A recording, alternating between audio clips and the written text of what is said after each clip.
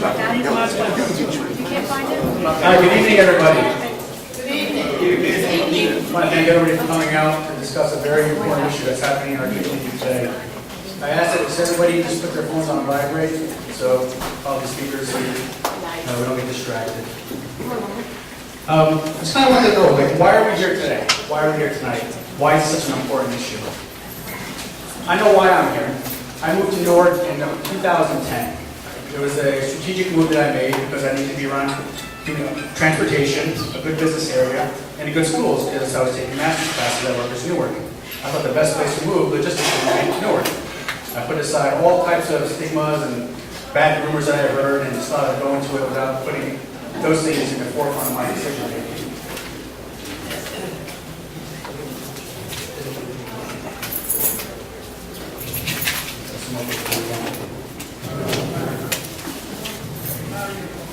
It was a great experience. I had a wonderful time in Newark, and everything changed on the evening of May 25th, 2011. I was literally walking home from downtown Newark, where I relocated my office, and exactly 1 block away from here, a man was shot, point blank range in the back of the head. The criminals were 2 17-year-olds and 1 18-year-old. Now, when you see violence on television, and when you personally witness it firsthand, it's very different.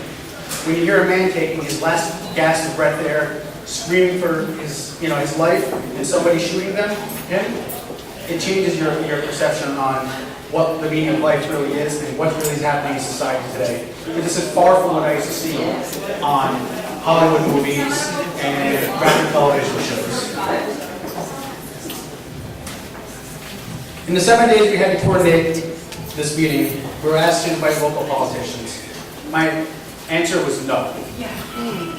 Politicians are the ones that should be doing these meetings, putting their boots on, going to the neighborhoods, and improving the poverty levels, improving the job situation, and improving the education. We elect these representatives to do the work that we're doing now, the gathering and discussing these issues. They are the elected by us to serve us. In the past year, we've done a lot of work in Trenton, working with legislators on trying to address these issues of violence. Their answers were more laws.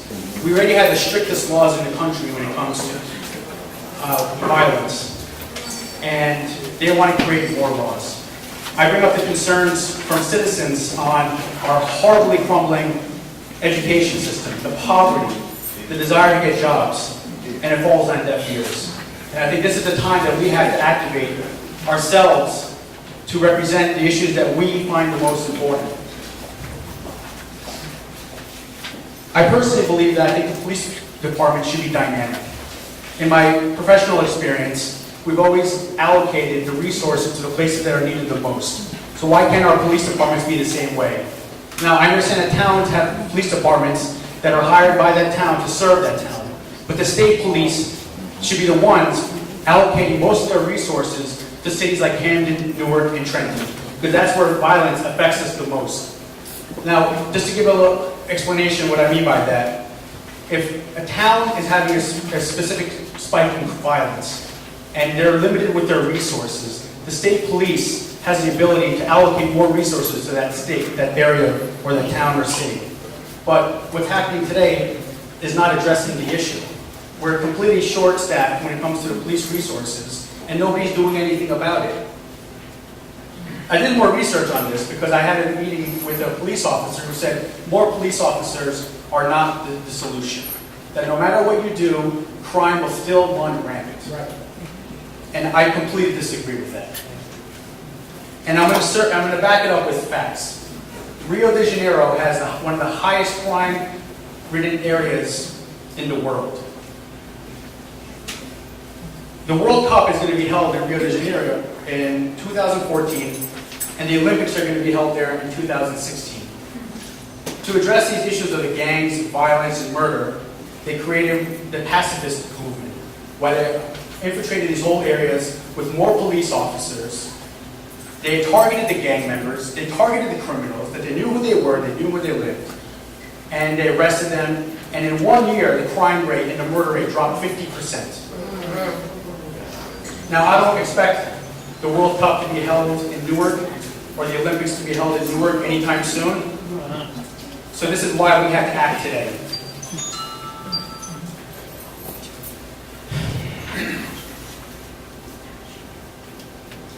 The constant presence of the gang members, the violence, the murders, is stemming from gang members and specific groups that are contributing to these issues. When I was speaking about these issues in the past, I thought it was just gang violence, gang on gang crime.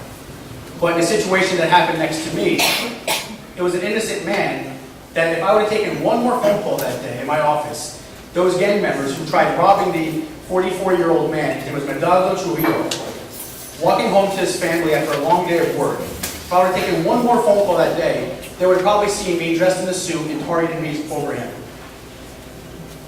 And that bothers me a lot. I lost many nights of sleep over, seeing violence firsthand on these issues. Now, when we address these issues of violence, it disturbs me that last year, when Whitney Houston passed away, gang leaders on their Facebook and Twitter groups called a day of peace. And I will quote, one of the gang leaders said on his Facebook group, "If anyone out there is gang banging, let's show Whitney Houston respect by committing no crimes on Saturday. No shootings, no robbing, no carjackings, basically no crazy stuff. Let us show some respect. She helped a lot of people in NJ. Let's show love." How do we have a community where gang members and gangs dictate the level of violence which is suitable for our city? Through Facebook. It's despicable. And the fact that they can call a truce on one day to show respect for a celebrity that passed away, it's beyond measure. Until the community stands in solidarity and unity, and until politicians are held accountable for the laws they create, violence will prevail. Now, we may talk about the issues of violence, but I also want to talk about the issue of spirit. Newark has amazing talent. We have amazing children, and we have amazing accomplishments. And in my opinion, I think it's a double murder when a child's glamour, a child's talent is overshadowed by the crime that occurs that day. Newark is not only recognized by the murders that occur here, but also recognized for when there is no murder. If there's no murder for a few days in Newark, it makes the news. That's another despicable issue that we have going on in our city. Now, my approach on these issues is going to be different. I have to say that together as a community, we have to identify the problems. We have to activate the citizens and the community of Newark. And we have to make people accountable for the roles that they promised that they're going to take up and do the job that they were going to do. I'm tired of meeting with politicians that their solution is creating more laws. That doesn't work. We had the most amount of laws in the country to addressing violence, and none of it has worked.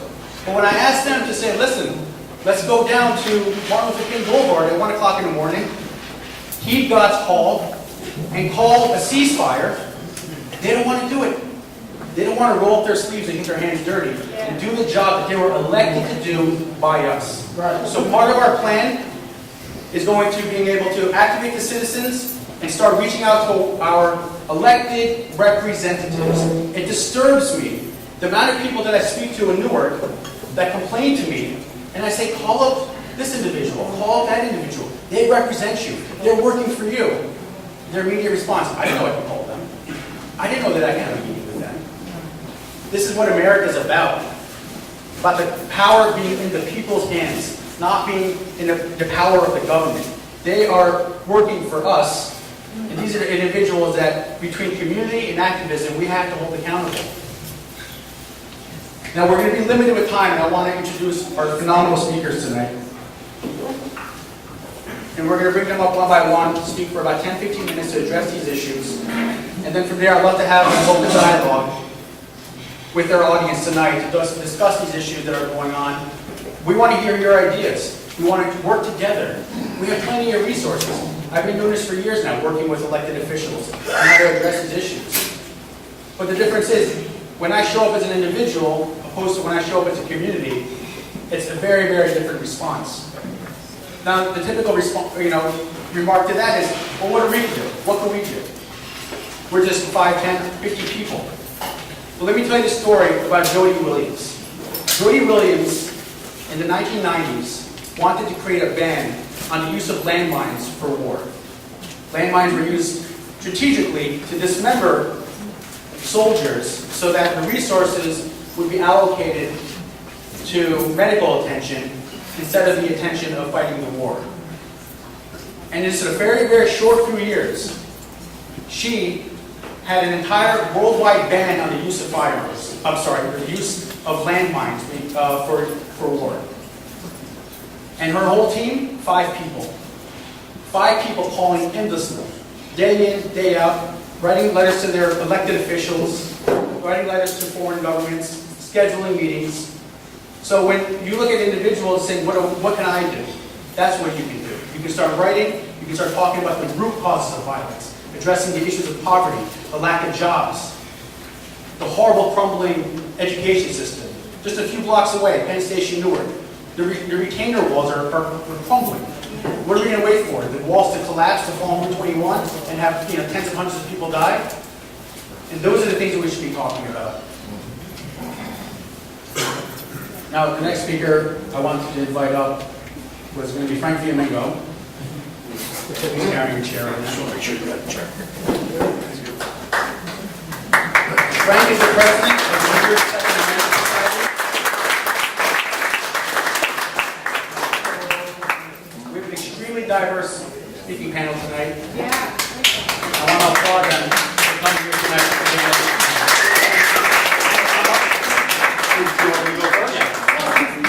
We had a shortage of microphones, so it's going to be best to get up to the podium and speak. And then from there, we can have people come up and address the speakers. Thanks.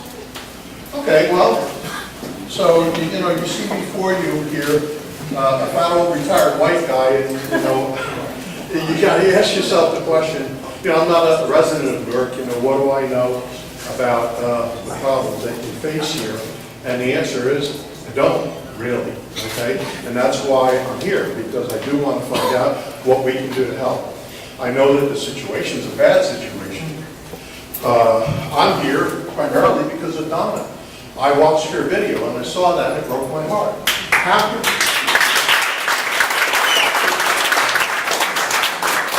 can a community have to deal with that day in and day out, week after week, month after month? It's not a way to live. And Donna said, there's nothing that I can say that Donna didn't say better. So, I'm here to talk about what it is that we can agree on, all of us, right? We all love our children. We all love our families. We all love our friends. We want to keep them safe, right? We want to be able to feel safe in our homes. We want to be able to walk the streets without fear.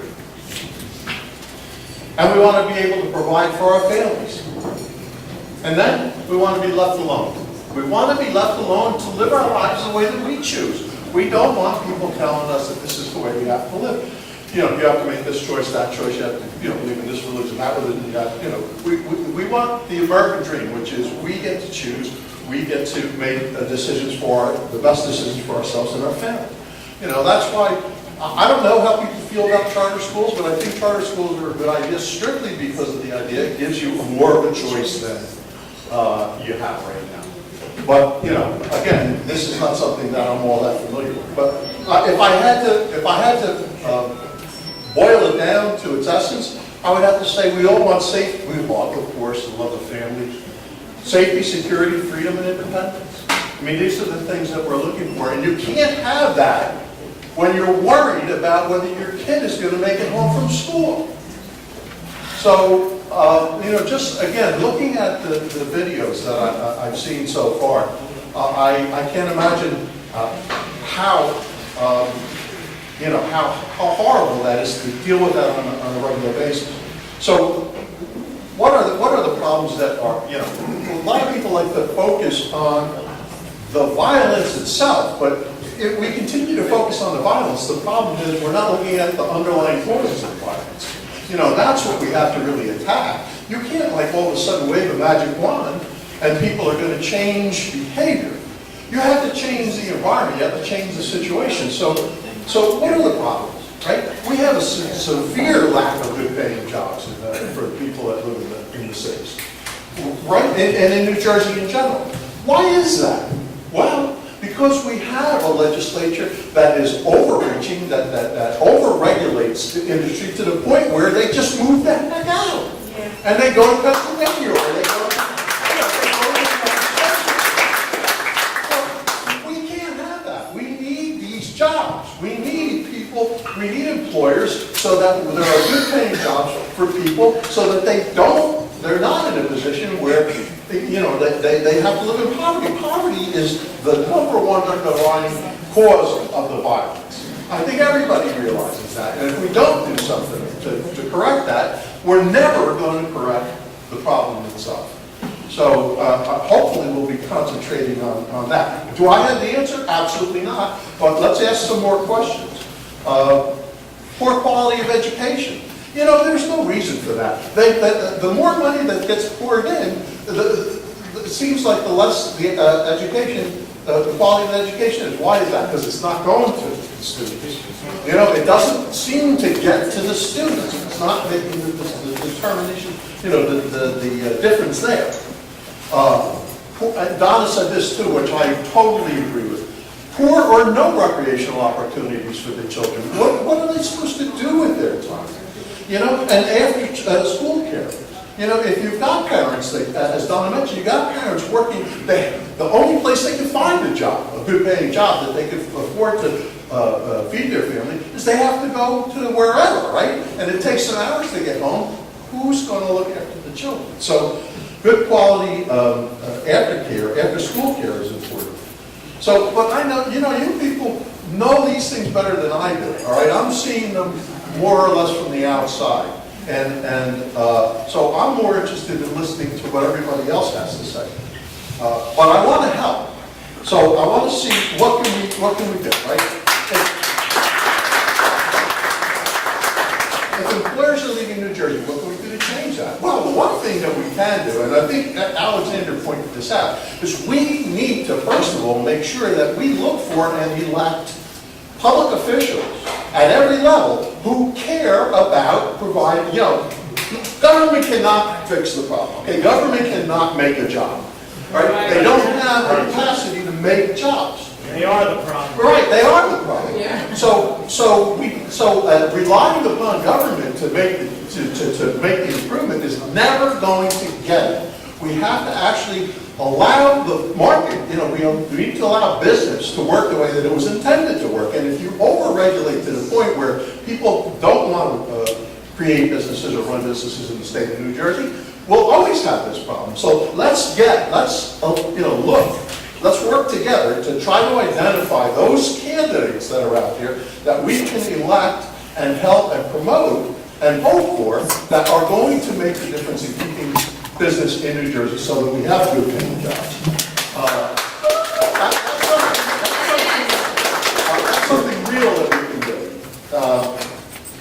You know, and the cities, in a lot of respects, have been abandoned by the public officials that we rely on. And Alexander made a reference to this. Well, you know, not for nothing, but when these things, these tragedies happen, we all know this. Is there anybody in this room that didn't cry when they heard about those innocent children being killed in Newtown, Connecticut? But instead of looking at that situation and saying, you know what, that was a disturbed individual, what can we do maybe to try to identify people that have a problem, try to set up some kind of a network so that maybe we can intercept people before they become violent and help them, or if we can't help them, then we need to take them, you know, out of the environment. No, instead, what did they do? They started blaming the law-abiding firearms owner, and they started implementing additional gun control measures. Now, what in the hell, forgive my French, is that going to do to reduce the violence by people who are not law-abiding members, right? I mean, so it's just, and why did they do that? I mean, this is the critical point. This is the critical point that I want to get Take the across. focus off the... They do this to misdirect your attention away from the fact that they are totally incompetent to do anything about the real problem.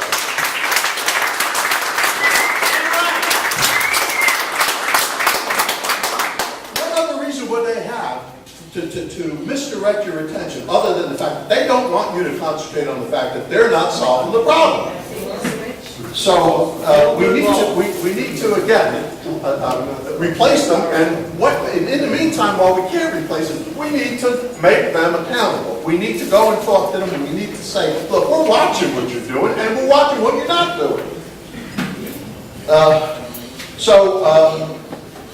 You know, I'm not going to get real deep into the gun control aspect because, I mean, that's what we do. I'm the representative here of the New Jersey Second Amendment Society. I'm the founder and president. I started the organization. And of course, if anyone is interested, I would be happy to talk about the fact that people should understand that everyone has the right to keep and bear arms in this country. And that if that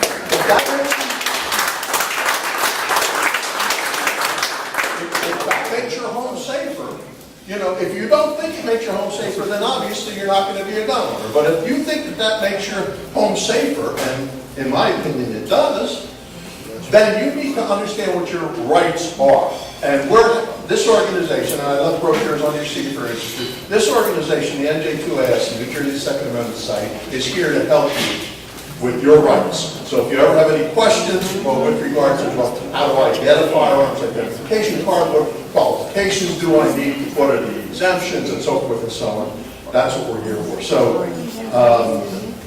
you know, well, again, I'm going to stop now. I think I've taken more than my share of the time, and I'm going to pass the microphone back to Howard Favor. Thank you, everyone.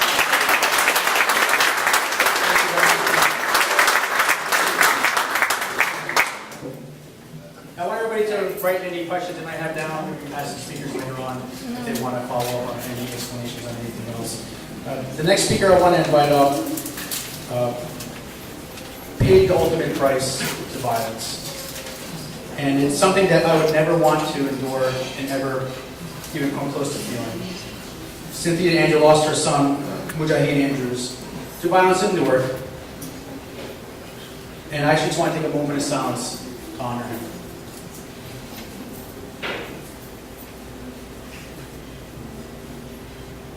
Cynthia, when you're ready to come up.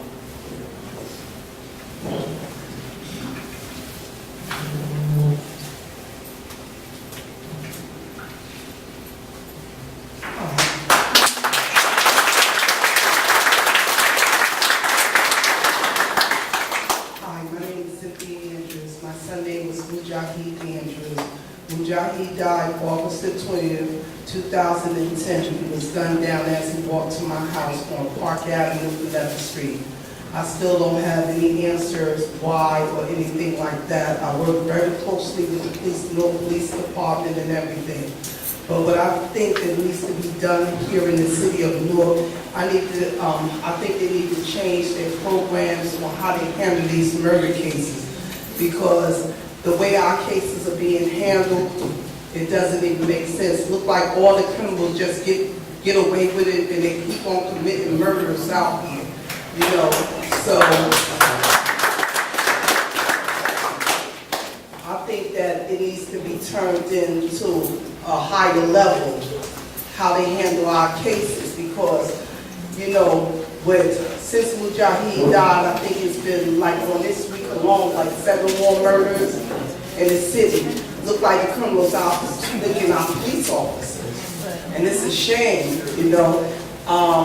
Talking about the violence, on Saturday I was getting ready to take my son to the movies, and as me and my daughter was riding up the street, they were shooting out in broad daylight around 3:25 in the afternoon.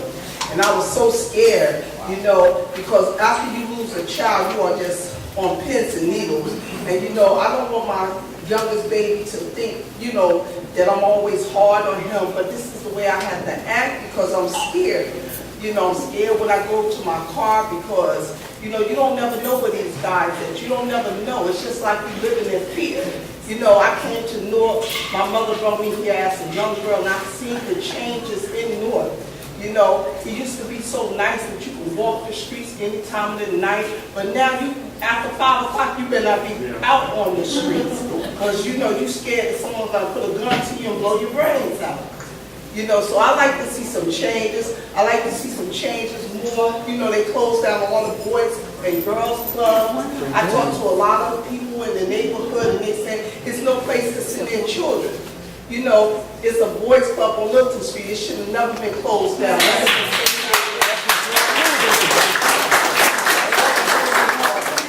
Like the young man said, we have to get involved in our neighborhood. We need to come out. We need to let the electors be accountable for what they promise us they're going to do, not only around election times and everything like that, but we just need them to just come out and do what they need to do for us, because our babies are dying in these streets, you know, and we shouldn't have to live in fear. You paying all this tax dollars and you got to live in fear. There's no protection, you know, and like, you know, I think they need to turn it over to the state or government, because, you know, and put state police out here, because these young men is out slicking our police officers, and we need help. It's just a state of emergency here in Newark. You know, that's all I got to say. You know, we just need more outreach program for our children in the community. I'm working in the community. I'm letting everybody know how it feels to lose a child. We need more counseling, because a lot of our children, after their fathers and mothers was killed, they don't get the counseling or anything. So they grow up with more hate in them. They want to go out here and hurt other people, you know, because they don't understand. They don't have a mother no more. They don't have a father no more. It hurts the whole family. So we need counseling in our neighborhood. They, you know, I know the state gives you a year of free counseling, but they need more. You can't solve the problem within a year. You need ongoing counseling. Okay, that's all I have to say.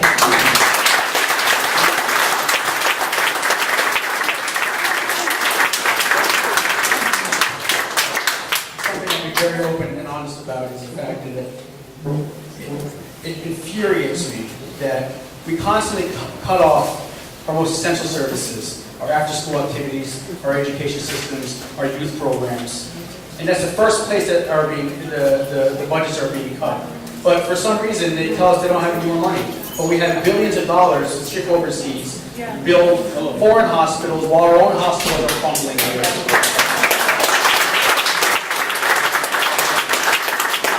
There was a program in the 90s, I remember in New York City, that they had late night basketball programs, and there was some form of a budget cut. And within weeks, as they turned the lights off of the basketball courts early, violence started going up again. And they're sitting there acting like they don't know what's going on. These people know exactly what's going on, and they make the excuse that we don't have the budget for it.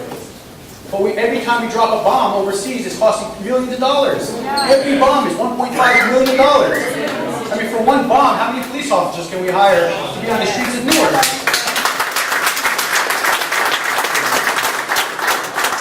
These people have the audacity to tell us that we're having a budget crisis. You know, that's something I will not be quiet about. I will speak very openly about, and I'm not going to censor myself when it comes to those issues.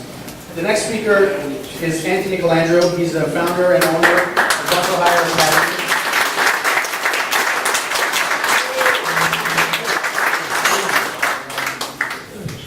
Good evening, everybody. I just want to thank Alexander for having me. I want to thank Pastor Ali and Cynthia, Donna, and Frank also for being a part of this panel. I think it's very important. You know, my roots run really deep in Newark. I was born on High Street, which is now Martin Luther King Boulevard, back in 1961. Grew up poor, inner city. My father drove the truck, never made more than $150 a week. And I managed to pull myself out of the city and become pretty successful in my own right. So I owe a lot to the city, and I've seen the changes over the years. And it's amazing, you know, what Cynthia was talking about, how the criminals are pretty much running things now. And who's really responsible for this are politicians and definitely the media, because they've changed the focus.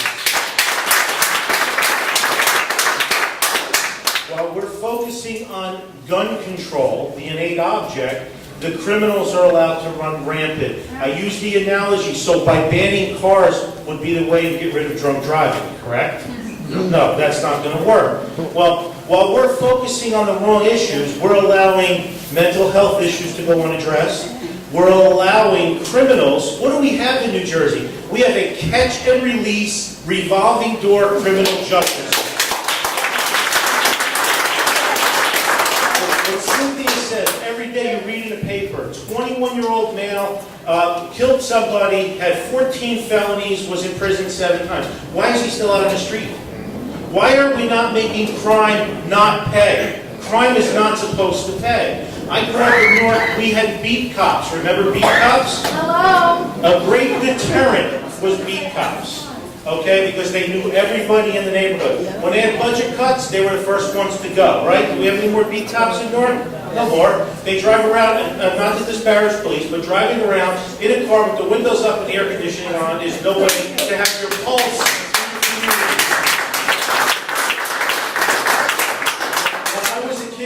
Community policing, the beat cops knew us, our fathers, our uncles, our grandparents, and I'll tell you what, if we got into any type of petty crime, there was hell to pay. Yeah. Okay? Today, crime is nameless and faceless. Okay? There's no peer pressure like there used to be. Instead, what are we doing? Again, like Frank said, the politicians are so crippled because once they're elected, they don't give a crap about their promises. Now it's all about their own survival and what's in it for me. While they're campaigning, they're down here promising you everything. When's the last time you saw them? Yeah. Right? They're not here. They disappear. And this is not just inner cities. This is everywhere. Everywhere.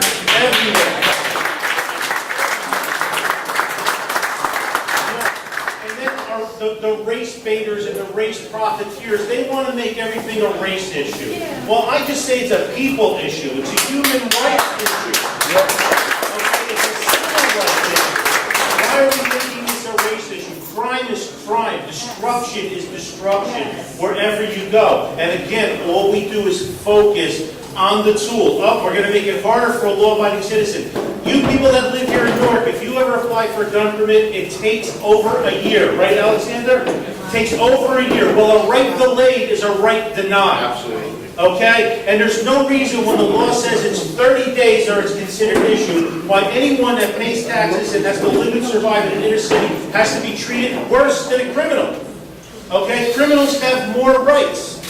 We just saw in New York City it costs $167,000 a year to incarcerate a prisoner. Is that ludicrous or what?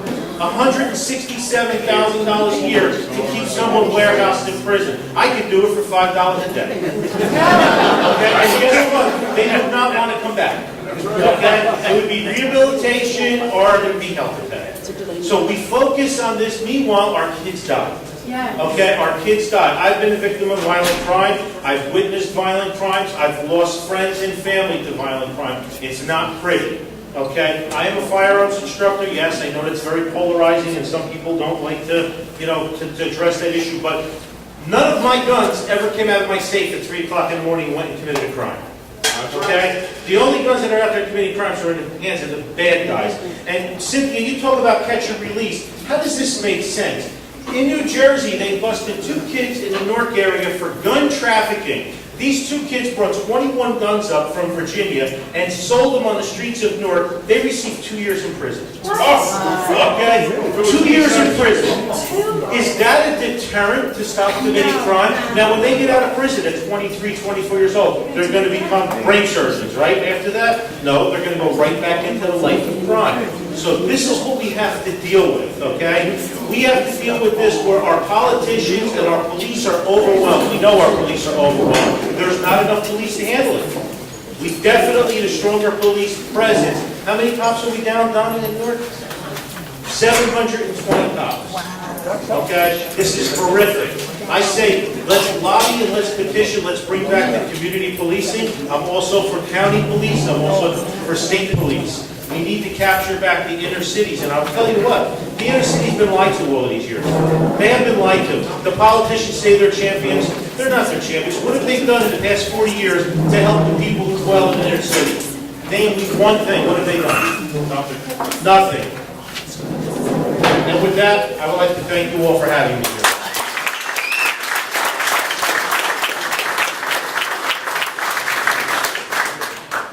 Anthony also has a wonderful radio show. It teaches a lot about basic steps you can take to prevent political violence occurring to you.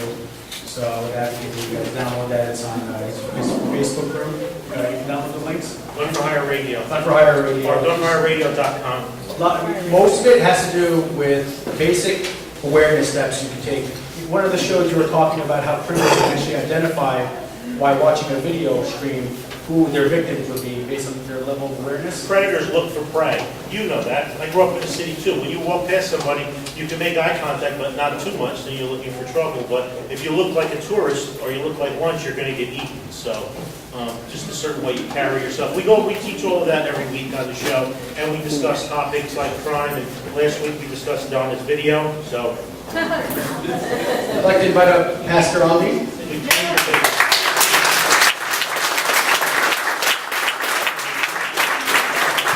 Good evening to everyone. Violence is such a broad subject. Unfortunately, as a pastor, I don't get to choose sides. I believe that every person is redeemable. A lot of times we put people in pockets. I heard you say earlier about the young man that gave the ceasefire.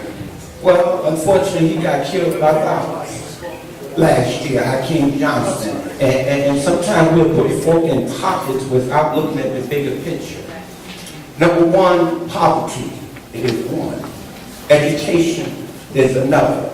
Location is another. And then family dynamics. We don't want to look how the family has broken down. I was born in 58. I was raised in Newark. We don't look at the structure of mother and father being in the household.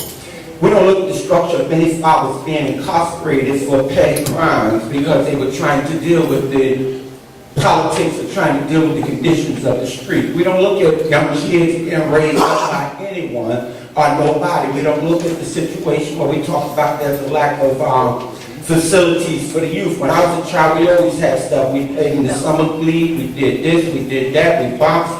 We had everything going on, and then as you said, it was hell to pay as you went home because somebody down the street saw you do something, they disciplined you, then they told your mother disciplined you, then when your father came home from work, he disciplined you.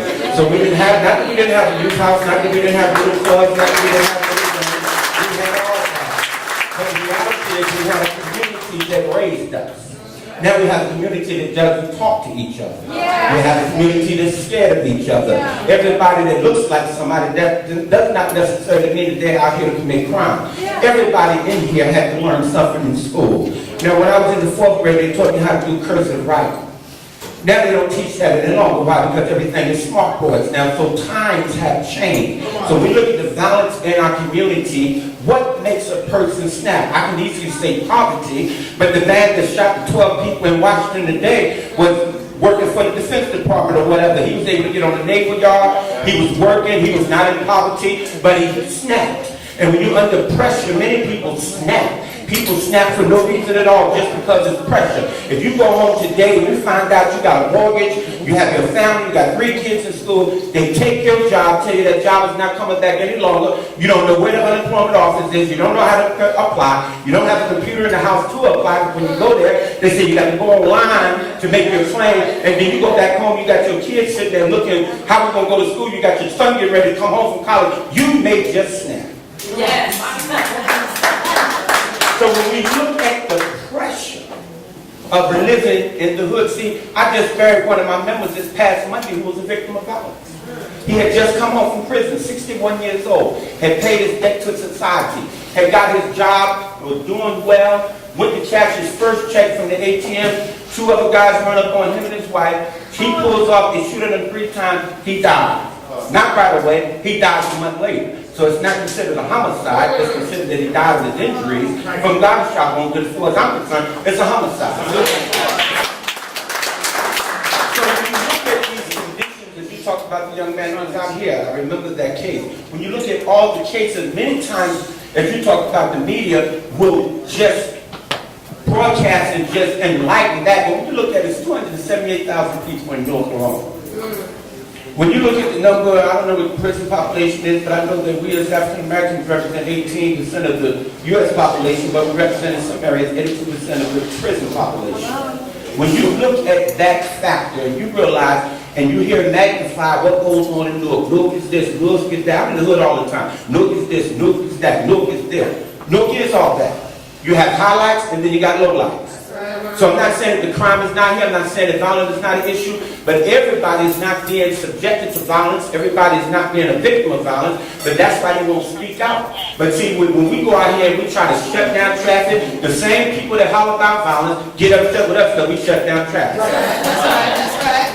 The same people that say the murders ought to stop and we out there addressing the murders feel like murdering us because they have been delayed. They don't know no way to get out of Newark up in Route 21, Broad Street, and Penn Station, so they get upset. So now they say all of Newark is bad.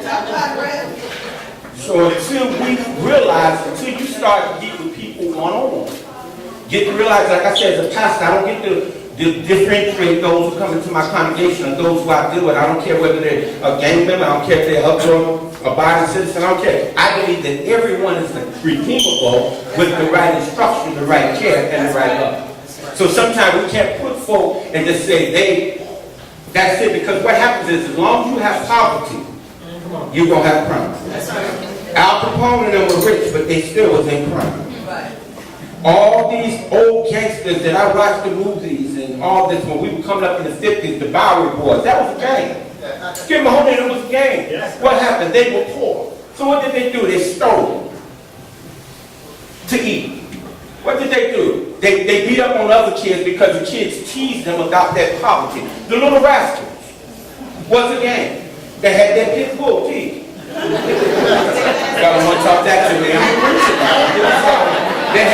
We don't like to look at the fact. So this is nothing new. My scriptures tell me there's nothing new under the sun. What it is, because of sin, because of hard-heartedness, the love of many have waxed cold. So what has been unleashed on us is a spirit that wants to destroy anything that's trying to build itself up. It's not a color thing, it's not a race thing, it's a spirit that's been let loose on our city.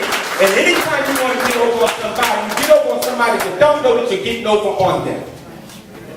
So ignorance is the key. That you don't know, you can't respond to. That you haven't learned, you can't be accountable for. And that you don't learn, you may do anything. So a lot of our kids, until you go into these households, you see a child that's hiding in the morning because his mother been hooking all night, and he got 3 and 4 siblings that got to eat, and he's the only one that's going to bring the food. And I tell folks all the time, unless you're going to get the boys off the corner, you don't want them selling drugs, and the people from the suburbs need to stop coming and buy drugs. Because you think you get rich off, and you think the homies getting rich off of our little welfare checks, you're very deceived. You don't understand accounting, you don't understand economics, you don't understand yield, you don't understand cause, you don't understand effect. What happens is they're not getting rich. They're not taking that risk for the little crackhead mother that's only spending $5 a day. They're taking that risk for the boy that comes from Tom's River that's spending $1,000 a day. That people that's coming up from Pennsylvania, I see them all the time in my hood. They're not running out there for that. So until you deal with addiction. Yeah. What makes folk get high? Yes. What makes restaurants have bars? What makes us, after we get off our corporate day, have cocktail hour, and we call it happy hour? What makes us want to drink or wind down? Make folks smoke cigarettes.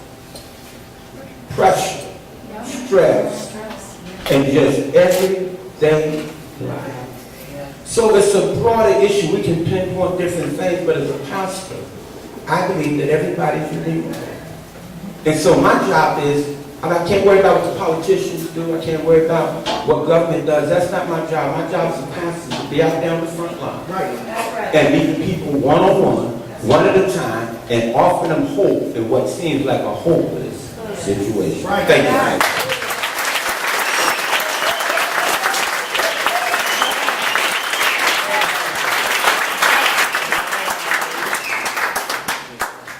There's so much to talk about, and one of the things I always discuss with people is when people are living in such poverty, can we blame them to steal, to want to have to sell drugs just to feed their family? And then for these people to get caught, and then to go into this residual justice system, being locked up 5, 10 years for non-violent crimes. You know, is that really the solution here, that we incarcerate so many people every year for non-violent crimes, where if they were just given different circumstances of their life, they would probably never be there. So, like, something we should definitely have a conversation about is how do we reduce the recidivism rate by rehabilitating people? Yes. Teaching them skill sets, and when they come out, they can learn skill sets to apply to a job, so that they won't go back to that system. Yes. But that's one of the fundamental things that we have to get the conversation moving on. Because if we learn this, if we don't rehabilitate these people, they're going to become career criminals. They're going to come back out, and I don't know. That's something I struggle with. Is it okay that we just constantly keep locking up these individuals? And a lot of them are kids. You know, I read in the paper 14, 15, 16, 18, 19-year-old teens coming out of high school, dropping out of high school, going back to jail, coming out of jail. What kind of lifestyle is that? I was reading a story a few months ago about a guy in, a teen in Camden? Yes. He said his goal was to go to jail and come out because that's all he saw his cousins and friends do. And after he gets out of jail, he has so much street cred, all the girls want him. That's what he has to look up to. Going to jail to come out because he thinks girls are going to want him because he doesn't have street cred. You know, that mentality, we have to change that. And that's going to come through community.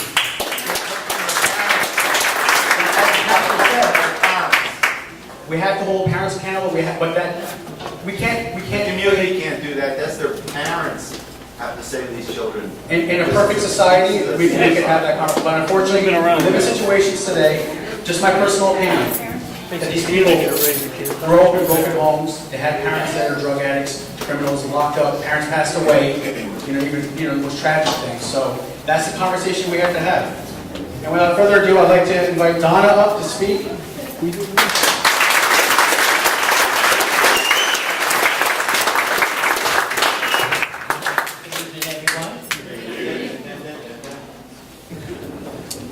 Thank you for watching. But now I really need you to help. I really need you to understand. Oftentimes when I testify in Trenton, I say, your kids got the bombs, my kids got the guns. And they look at me like, what is she talking about? What do you mean? What do you mean? What are you talking about? Your kid got the computer at home. Your kid going to the garage. Your kid to make the bomb. Your kid to go back to their school after he bullied. Your kid to blow that school up. Blow that classroom up, and my kid will go walk out to the corner, he'll see Malik and Pookie, he'll get a gun, and he'll go take care of the bully. Right. Now that's what I say to the elected officials. Because they are so far removed from what we're talking about. But the moment their kid gets in trouble, they want to reach out for these services that aren't there. They want to reach out for the services that they're paying for that aren't there. And I want them to understand that they are not different from us. Today, our children are in trouble no matter where we live.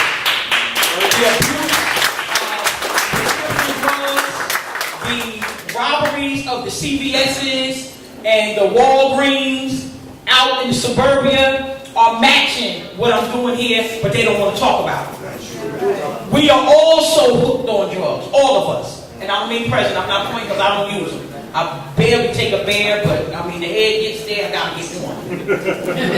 But I'm talking about you're going for knee surgery, and this is real for us. You're going for hip surgery, and that pain is on you. And the doctor sits you there with the drip with the button. When it hurts, push it. Hey, that feels pretty good. Okay. Now. I could wiggle around in the head. Okay. 15 minutes later, push it. I've been there. All right. 6 minutes later, push it. And I'm saying that because that's the beginning for some of us. But our kids then have to live with what we go through. And they allow us to leave the hospital with the Percocet and the oxycodone, 892 milligrams. And we really only need 30 milligrams. And we take one. And unfortunately, sometimes our kid will fall. They'll hurt themselves at football, and you'll say, I got those left, I don't got no aspirin. I don't have any Advil, I don't feel like running out to the Walgreens. I'll give you half of this. Okay, there's a price for that. Because now the kid is like, ooh, yeah. All righty now. That computer looking all right in all these colors. There ain't nothing on the screen. And we are not having a conversation. Urban, suburban, rural. I've begged the state PTA for the last 10 years to do it. Just to start the conversation. Just to start it. Because where we're simple is where we got to come together. There is some difference. I don't disagree. But there's a lot more similarities than there are differences. Thank you. I had to say what I had to say on the news. Because unfortunately, too many people that don't live in Newark, and some of the people that live in Newark, think we all right. And we not. We are dying in this city. And I'm not talking about the people getting shot. I'm talking about those of us who live here, who have been here 30, 40, 50 years. We are dying with what's going on here. This man has come in here, bamboozled the country, and everybody thinks, oh, they got no problem with North. He took 900 guns off the street. They're all right. Well, I'm telling you, he took 900 guns off the street, gave it to the police officers, and they dropped it back off on the corner. I'm telling you. We just arrested a 14-year-old 2 days ago, walking down the street, 2 o'clock in the afternoon with a machine gun. A machine gun. 3 of our last homicides, AK-47s during the commission of those crimes. AK-47s. You tell me where Malik and Pookie got that from. Right. And I do agree that we have the right to be a gun owner. I don't have a problem with that. Don't have a problem. Right. I don't have an issue. You got one, good. All I ask of gun owners is to be responsible. The kid down the top, and I'm not saying for the majority we do. For the majority we do. I agree. But I'm angry about the Toms River, South Jersey little situation there with the 6-year-old and the 8-year-old. I'm angry. I think that dad should be in somebody's jail answering some questions. I think the mom in Jersey City, that's a correction officer, her son took her gun, killed his 13-year-old stepbrother, left him laying on the ground out in front of the house. She got no charges. I don't agree with that. And I think that's where we agree. And I think that's part of the places where we can begin to fight. I need you to understand what's going on in Newark, because trust me, it's bigger than Newark. I got people calling me from California. What do you mean, ma'am? You got murder there. Yes, ma'am, every day. Right. In Newark right now, there's anywhere from 10 to 15 shootings a day. Come on. A day, I'm sure, while we're sitting here. Yes. Really? There is. When I leave here, I'm going to meet with the 16-year-old's mother again. Yes.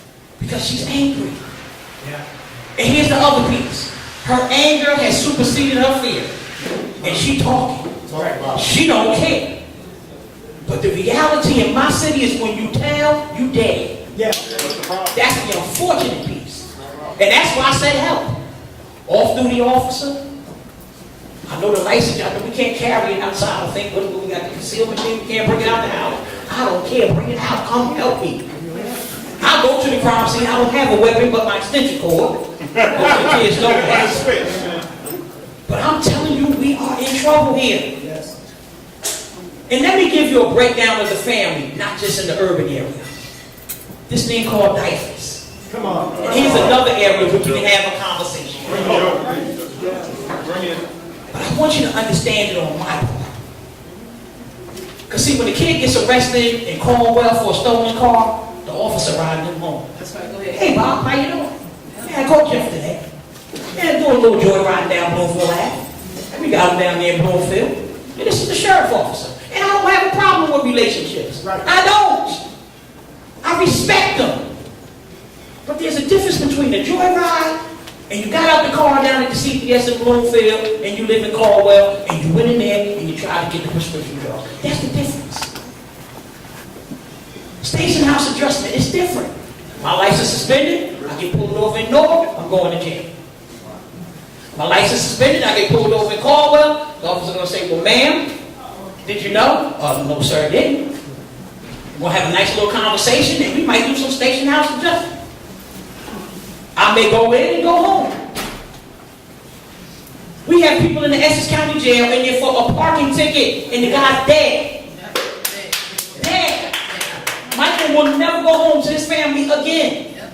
He got killed because he couldn't give a kid $20. All the money in jail, where did he get $20 from? Where did it? I want you to understand that right now in Newark, the Lady Hall, a quote unquote, what do I want to call it? No, it ain't not. What is it? No, it's it's one of these rehab, man. It ain't no alternative, man. It's a, I know what they call it, but I'm telling you what it is. John Clancy owns it. It's a rehab facility. It's where you're supposed to send your kids when they're on drugs. That's exactly what it is. You walk in the building and on the wall it says, this is here for female rehab. Ain't a female in there. But here's the issue. There are 900 Essex County prisoners in this building. In the building. That should be in the jail. We just had a situation in there 2 weeks ago. Had to make a phone call. A young lady got killed in June, back up in Bradley Court, one of our housing projects, where there's no security. The kid who killed him, they got 2 of them out of the 4. He goes into the Lady Hall. The girl brother in there. You know what he doing? Yeah, I killed that B up there at Bradley Court. I don't give a damn. I do what I'm going to do. Really? So the brother heard him. Now, what would you have done? Please don't say it because he's filming.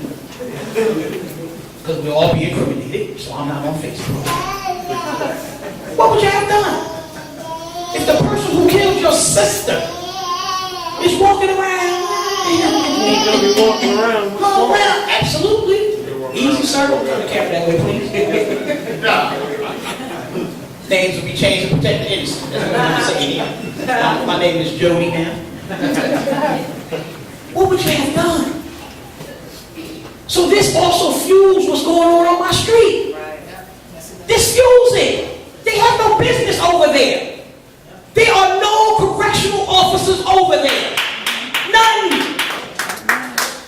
When they leave out of the Lady Hall and go over to the jail for whatever, court, they got charged because they got into a fight, they get 30 days at the jail and they come back, guess what they gotta have? Something. If they don't come back in there with a cell phone, money, or something to give to the crew that's running it, it's a problem. It's a problem. Now, your son is in there, my son is in there. Parking ticket. They catch us on a Wednesday. We get paid on Friday. Unfortunately, we can't go get our child. Can't do it. We don't have $350. And it happens a lot of times. Do you want your child? Because I don't want mine sitting in a place with murderers, rapists, who are waiting trial. And this only happens in Essex County. Only in Essex County. Because we believe that Joe D is doing a good job. I name politicians when I talk, I don't care. Because I need you to know who I need you to get. Get on Facebook, Joe D, I don't care. And I back up everything I say. And let me give you one piece of the family thing, and I'm going to sit down so we can dialogue. Because this is what we need to do. And I'm not even going to start on education. Because I'll be up here for 4 hours. What they have done to our kids in Newark is criminal. They all should go to jail. It is criminal what is being done here. And please don't believe for a minute that this new system has created choice. Because it has not. I went to Blessed Sacrament on Clinton Avenue. It is now closed. Queen of Angels, closed. United Academy, that used to be on Broad Street, closed. Let me just give you this one piece. When there is educational choice, you got Catholic schools, private schools, independent schools, religious schools, whoever it is. Whoever it is. You can have a few charters in there. And let me give you this piece. Charters were designed to take children who were failing and give them even footing. They were not started to be these magnets, to be these elites, to be these corporate poverty pimpers. No, that's not what they're doing. Right, they're not doing that here. And 50% of the kids to 60% of the kids that attend charter schools in Newark right now, they do not live here, and we're footing the bill. That's right. I just want you guys to know that. That's right. It doesn't look like that on the surface, but because other districts have refused to take the charter kids, they come to Newark, they go get an abandoned house, they say, I live at 362 South 12th Street, the house not even there no more. We don't do a residency check, we let them in. Now you know good and well if Donna Jackson came out to Lyndhurst, tried to say I live next door to you, and it's an empty lot, they coming out the next morning. You live where, man? That's a parking lot, man. That's $35,000 if you want to keep that kid here. Either that or move it back where you were. And that's a reality. We do want better for our children here. We have had better here. When we make a move in the right direction, it's snatched. We have put some principles and some buildings in this city that have turned these things around, and the next day, they snatched out. That's right. That's how it goes here. We had a global village zone in the Central Ward, working with all the feeder schools that go to Central. We identified, we not, listen, let me tell you. We got 569 school districts in the state of New Jersey. Yeah. Because I want you to crowd. Yeah. Only 30 of them are certified. Let's be clear, people. 30. Milburn, not certified. Montclair, not certified. And when I say not certified, that means our children are not meeting the minimum requirements.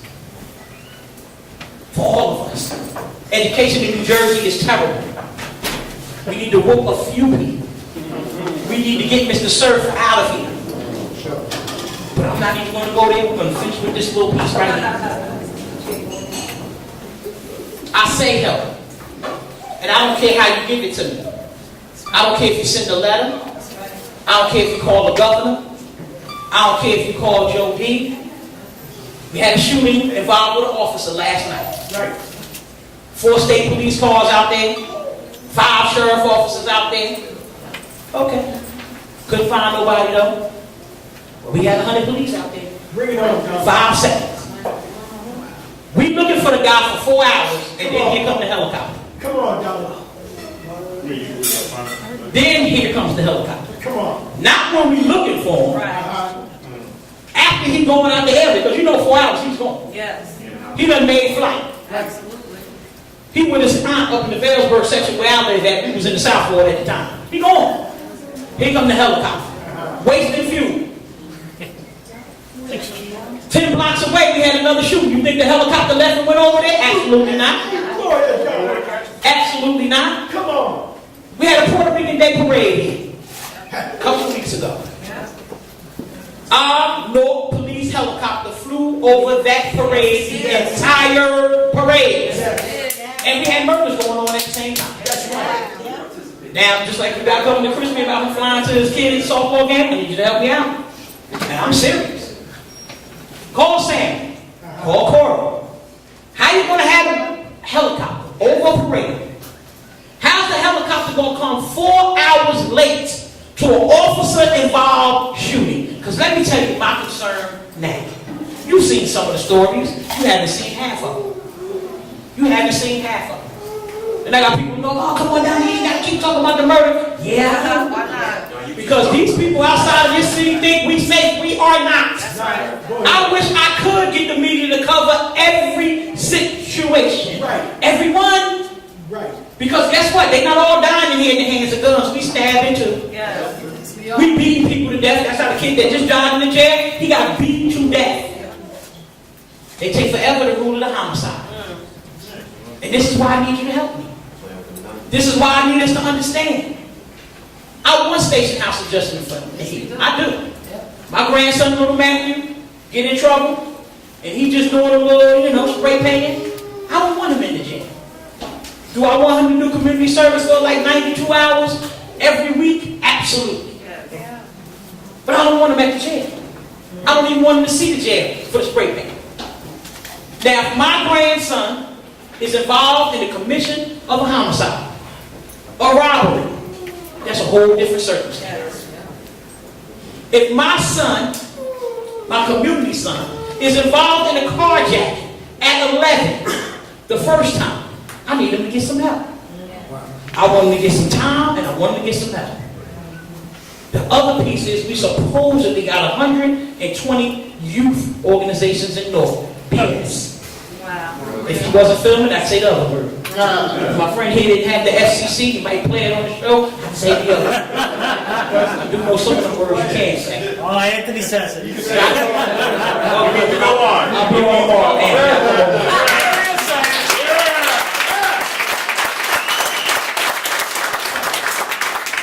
But I really want us to have this dialogue. I want us to finish this conversation, but I don't want this to stop. Right. I want us to agree every 2 months we gotta come back and finish this. I'm telling us we gotta make some changes in Trenton all the way across. We do have some elected officials, I must say, that try. Right. I gotta say, when we rally out in the middle of the street, Councilmember Rock is at every rally. As a matter of fact, he started this second wave. So you gotta understand, we're on our 4th wave of anti-violence rallies. That's We right. were murdering in Newark a little while. We used to do car caravans on the weekend, all the way through Essex County, the lower end. We're involved now with Montclair because they're on their 3rd homicide this year. Councilwoman Jackson can come up and have a meeting, and bring my partner Cassandra, and we need to have a talk, we need to have a meeting over at the library, we got to discuss. We ain't discussing nothing in Newark. That's the problem. Right. We don't even want to come up with a plan. And I need you to help me put the pressure. So go on your Facebook, go on your Twitter, go on your email, and 973-733-6400. I give you the number for you need. My mayor is still the mayor. Right. He's still the mayor here. He wants you to vote for him in November. And this is not personal. But I need a solution today. He told the people we're going to put 100 officers to work. I'm here to tell you today that's not going to happen. We don't even have an academy to send them to. So when he stood up and said, oh, we're going to put 100 more on, I'm standing there like, when is that going to happen? 2020? Because our police academy was decommissioned by his friend McCarthy, who is now running Chicago. So the reason why we have to keep having these conversations is because you guys got family all over the country like I do. And I'm telling you right now that the political games that are being played in Newark are being played everywhere, not just the urban areas, but the suburban areas as well, to attack all of us. That's right. I'm a frequent visitor of Seaside with my family. I am pissed at Governor Christie that he just said this other fire the other day. Yeah, I said it. I said it. Because I took my kids down there into August. I didn't go this whole time. And the houses that I used to rent when I take my kids down there, they're gone. Now these monstrosity condominium complexes for blocks are going up. What happened to those people? And you know why I can recognize that and feel that? Because we're doing that right here. Right. We take whole communities, whole projects, 600 families, times 4, that's 2,400 people, and we close the whole thing down. We put them in the street. We don't know where they are. So I know we didn't have a flood. We just had a desire to get rid of the darkness and the brownies that make less than $15,000 a year. So we said, guess what? Let's close the projects. Now, the 3 of you live on South 19th Street. The 3 of you live on South 20th Street. And I'm going to end with this. Homeowner, you got a 1 family, you got a 3 family, you got a 2 family. You rent your 2nd and 3rd floor. Economic times going down. Now we got people mass exiting out of the projects, and we giving them Section 8 for 2 years. You ain't going to scream. The apartment been empty on the 2nd floor for 2 years. Obama sent the stimulus money in here, Corey ain't sent you a quarter. Joe D ain't helped you either. You underneath the water like the flood is right at your door. Right. I got to get 2 people in here. You put them in here. Shaquita and Bonquifa. You got the 2 family. Here come Raheem. When he come to meet you, he only got 2 kids. Oh, sir, is it nice enough to have to suit him? Because I'll put it on for the interview. Sir, I'd like to rent this apartment from you. I want 2 kids here. We'll be going to the neighborhood schools. We'll keep the noise down. I'll put the trash out. All that. Oh, so you're a nice guy. Okay. And you don't have a lot of time to be picking around because you need to get that mortgage. You're behind. The mortgage help people that denied you 4 times. Overqualified to get the help. They don't want help. So you're going to put me in there. Well, you let me in June, and in July you see my whole family. We all live in it. Shaquita, Mama Khifa, Alizé, Hennessy, and each of us got 4 kids. And 6 kids. Yeah. Plus the 3 you let in. And we're going to do that. Because now we disconnected. But here's the piece I want to bring in with diapers. And while we got to have another conversation about that, that's a special meeting separate unto itself. Diapers will come into that situation. How about all them people in the 2-bedroom on the 2nd floor? And they'll come in and they'll say, oh, all right. They'll walk over to the refrigerator, open it, half a gallon of milk in there, 1 box of cereal on top of the refrigerator, no bread, no eggs, no cheese, nothing. Oh, they're all right here. They're okay. And they'll leave. Now I come in, got my food stamps that day, I'm going shopping. My girlfriend, my sister, kids done ate up all my food. Thursday we fight. You gotta come and the cops. You know, broke all the windows out on the 2nd floor. All the windows. My diapers was just there 3 days prior. And felt that that was a livable situation. Instead of that caseworker with a sorry behind, making good tax dollars, going out, getting some groceries, if she's gonna leave us there to make sure we can be sustained for that week, and then maybe come back on Friday to check on us, they don't do that. They leave us to fend for themselves. So that my 15-year-old son, who watching his other 2 siblings not eat, my sister's 16-year-old boy, she got 4 of them little ones, they're going out. They're going to do what they have to do. And I'm not saying it excuses it, but it's what they got to do. But see, I can't rob the corner bodega because he did it already. I can't do the one down the street because he did it. And I'm only saying it because every house now, it wasn't like that before, but every house. We got 700,000 people in Newark. I don't care what the census number says. Because in HUD right now, if I want to lease my 2 kids and my sister there with her 4 kids, and I put all 8 of us down on that census form, I'm afraid I'm going to lose my Section 8. I'm not counting them 4. They should do the census when it's hot, when people sit down on the porch, because that's what they do. They should do it when the shooting is going on. We all outside looking at it. I think they got enough. And here's 2 big concerns, and I'm finished. My children in this city have come desensitized to murder, to shooting. They don't need a flinch now when the gun go off. Oh yeah, that's an AK-47. Sound like a 45 over there. Dave, I think that was a 22. Our children are identifying the gunshots rather than ducking. Because our kids are fearless, no matter what community. Your kids ain't scared now. Dad, what do you mean do my homework? All of our kids try this. But we got kids that try and there's nobody there for them to try. Because they raising themselves. We got kids living in these abandoned houses by themselves. 20, 30 jokers at a time. And all they got in the refrigerator is 2 40s. Been here, done that. So when I say help, I mean help. I'm telling you, I got community-based organizations out the yin-yang. They're not helping these people. I got people right now with their lights off. They ain't coming back home before it get cold. So you know what I'm going to do. I get on that. I want to snitch off from my house to God.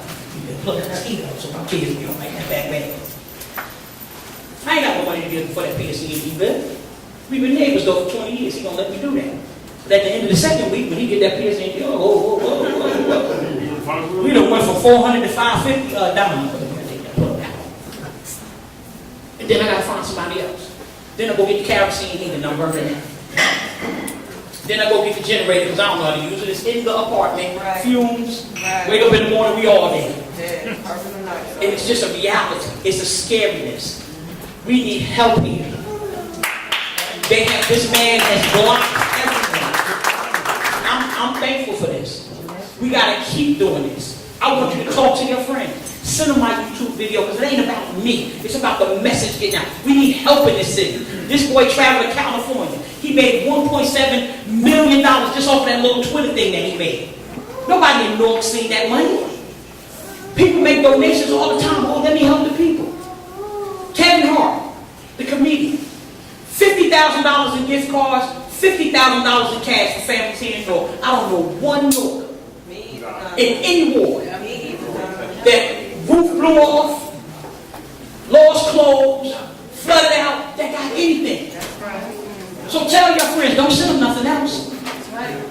We're not a tax write-off. So please, let's continue this dialogue. Let's do this every 2 months. Let's commit to that.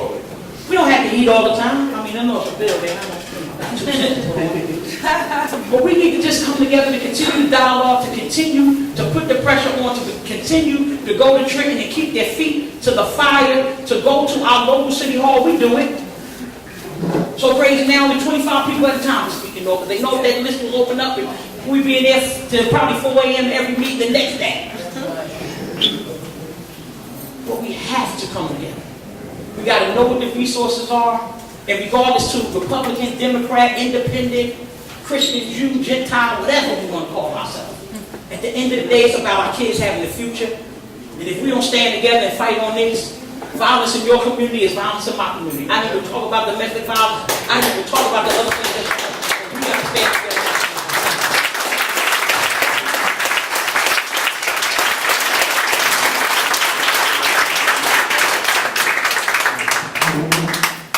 Amazing words. I'm speechless. I don't know what to say. But I mean, one of the things that I want to really discuss here is that we can talk all we want, but until we knock on the doors of our representatives and have these changes being done at the city level, if the city doesn't listen, then we bring it up a level. We go down to Trenton. And if Trenton doesn't listen, then we take it down to Washington.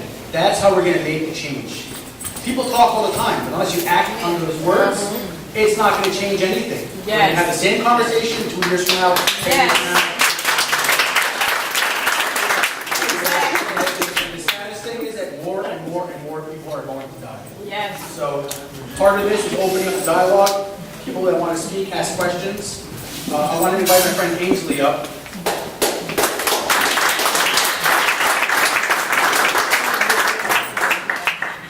Ainsley started a new organization that is going to be very beneficial to everybody.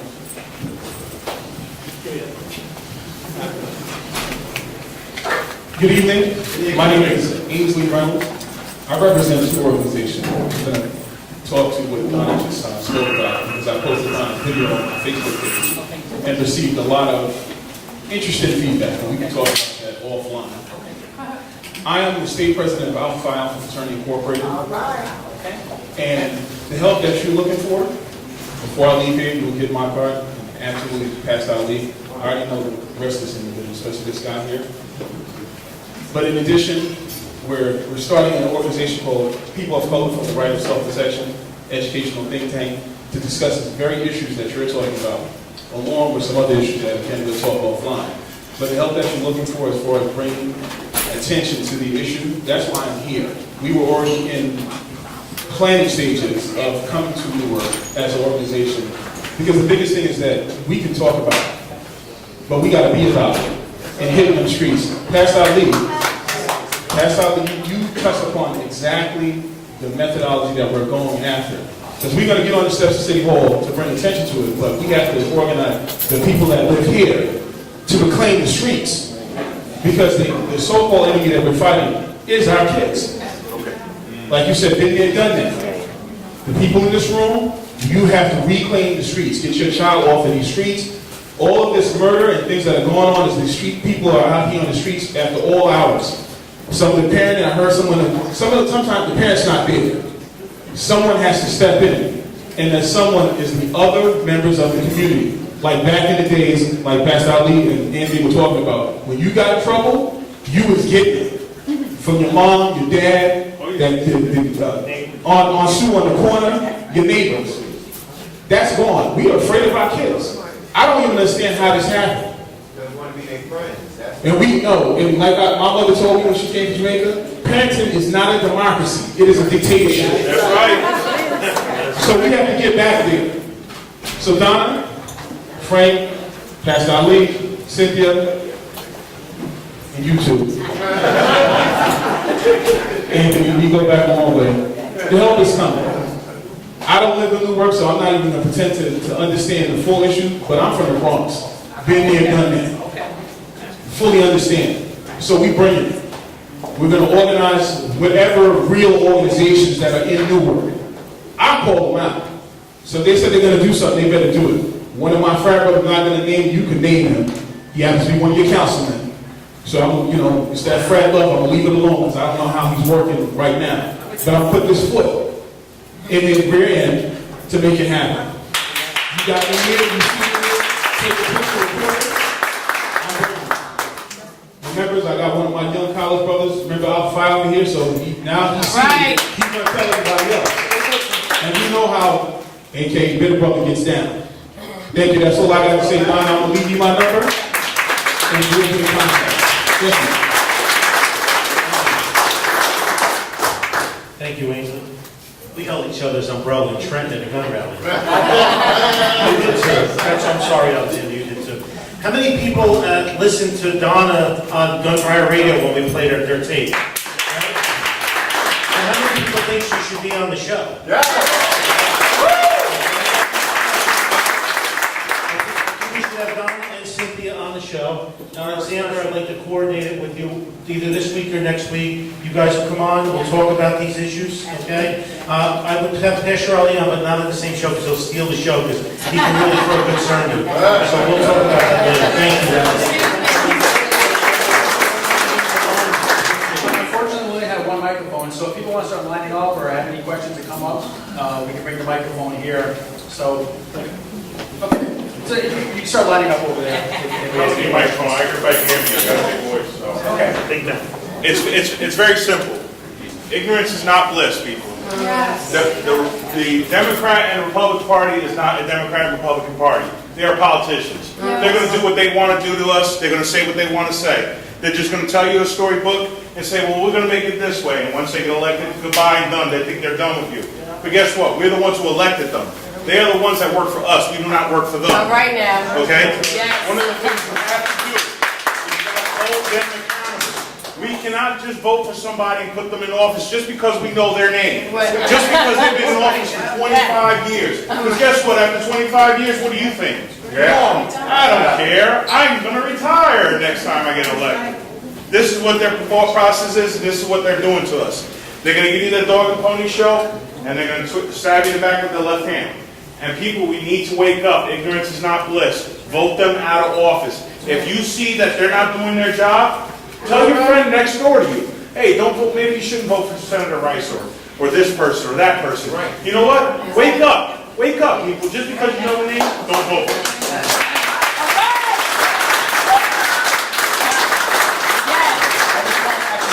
I just want to touch upon that because when I first moved to Newark, I was here for about 2 years. I used to always talk very positive about it.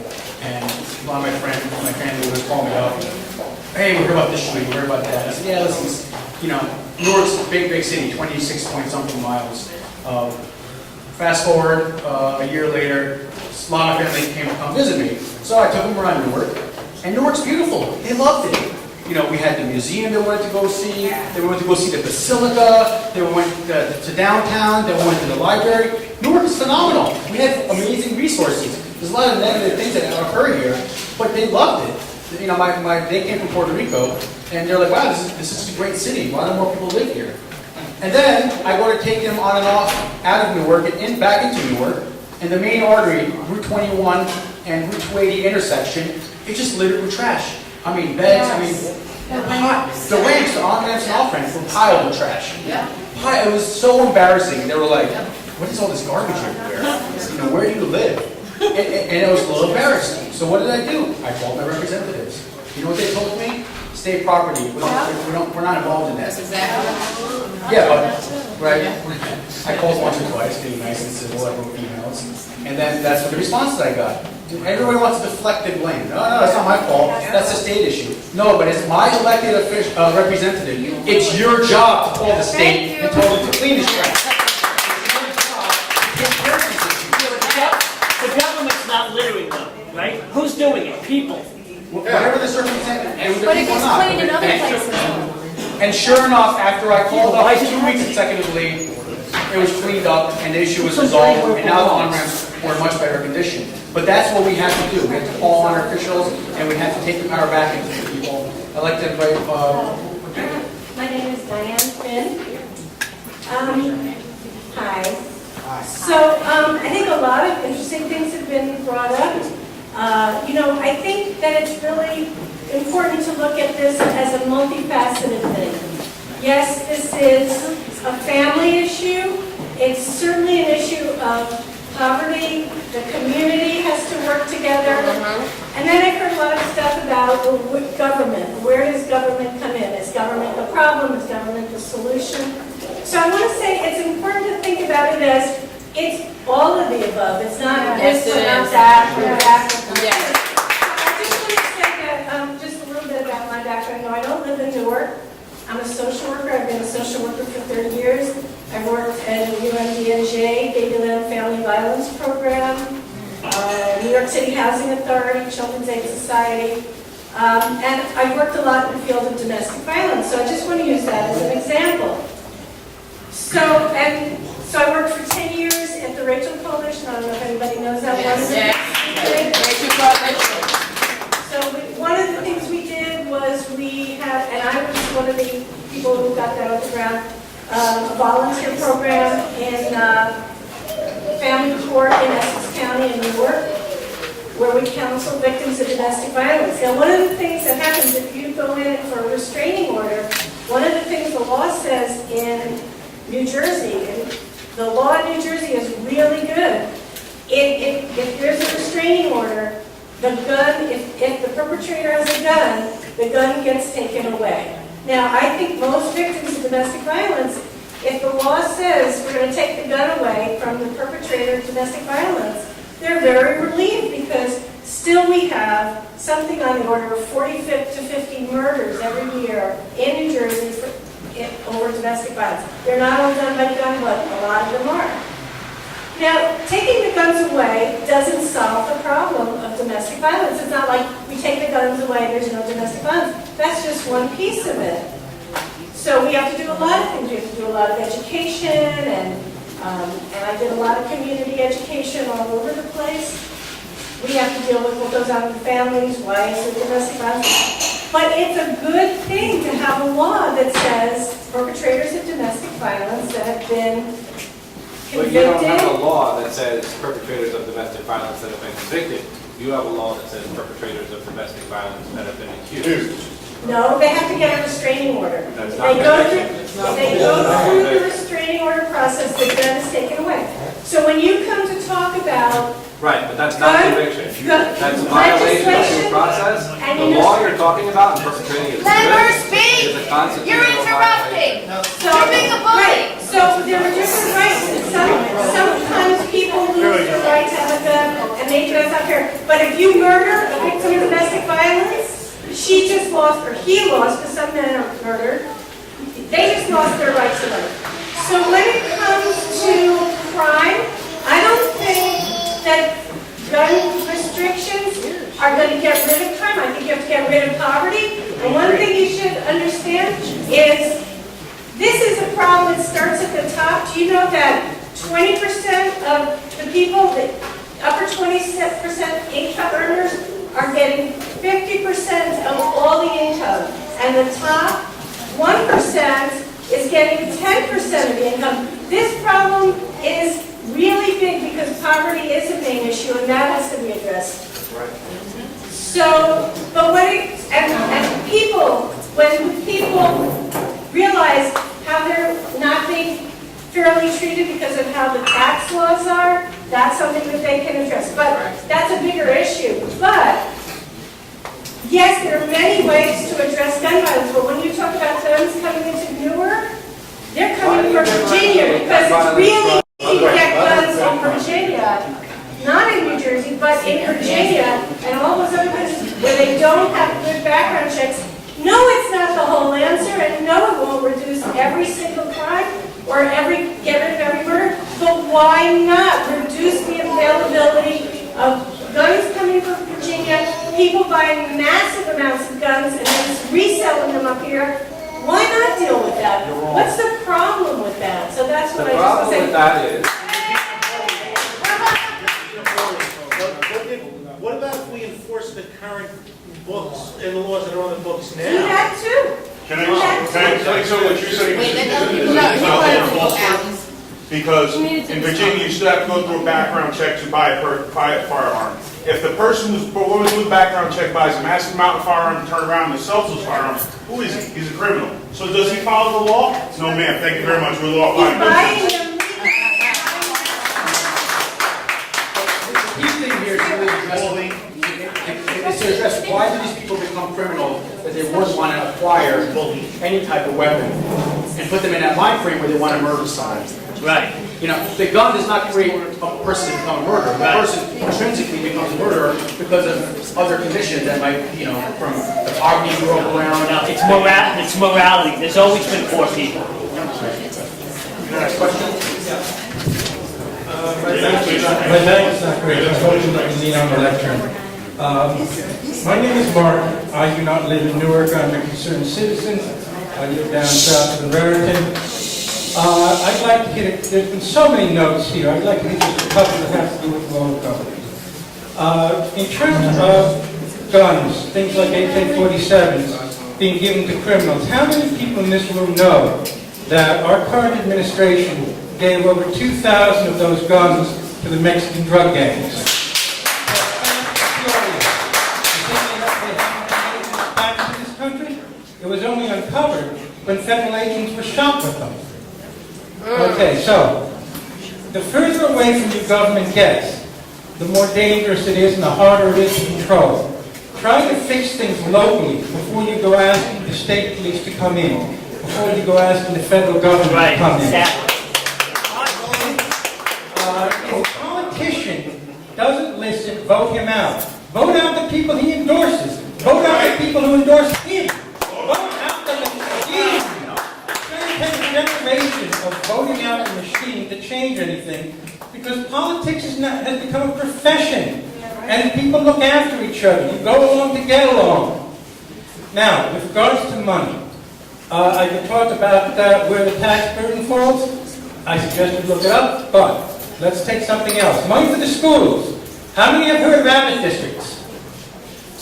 Okay, well, there were commercials run recently, and I don't know which stations they were on, I heard them, saying about how the budgets were being cut. Some districts are only getting a $1 increase. Well, if you're getting an increase, that's not a cut. There's a lie in there, folks. When a politician says, the budget was cut 40%, what he means is he proposed a 50% increase and he only got 10. Right. You hear this over and over again. And unfortunately, our press, our media, doesn't call them out. Pay attention. That gun operation I talked about, Fast and Furious, maybe you heard about it for 10 seconds, and then the media dropped it because it was an embarrassment to the people they like. Okay, abbot districts. The Supreme Court of the state of New Jersey, interpreting the New Jersey State Constitution says that every child shall have a thorough and efficient education provided in a government school. Now that's not the exact wording, but that's close, and it's the way the Supreme Court interprets it. What this means is the Supreme Court says that if a school is working, you don't have to give it any more money. If it's not working, you give it more money. And if money doesn't help, you give it more money still. And so we keep, and you said you can't fire the teachers, you can't fix the problems, you just have to pour more money in. The answer isn't more money. The answer is, how many administrators does that school have so that they can fill out all the paperwork for all the regulations? Do they have more administrators than teachers? When students have disciplinary problems, are they kept in the classroom? Are the kids tracked so that the kids who can work fast and quick and advance are in the classroom together? Schools keep talking about small class sizes. Well, if all the students in one class are about the same ability, you don't need a small class. The students can help each other. It's only when the students are widely different in ability that you need to have a small classroom. Guess what? Our current educational institution the whole institutional system is geared to dump everyone together and have small classes. Doesn't help the student, especially doesn't help the students when one of the students is disruptive. But all the courts say you can do is pour more money in. Gee, you gotta fix that. How do you fix the courts? Number one, you put in legislators and governors who put in different judges. Number two, it's a long-term job, but you put pressure on to get some change in the Constitution that says that the student comes first and not the school. Because what's happening now is they say, you've got to save the school. Doesn't matter what's happening to the student. No, you've got to save the student. If the school's going to help, let it, get the kids out, put them somewhere else where they learn. Okay. Could talk forever, but I think I've used my time. I think the next fellow's going to hit so much. Is there any more specific questions that you want to ask the distinguished panel? Do you have any question you want to ask the panel, sir? Okay.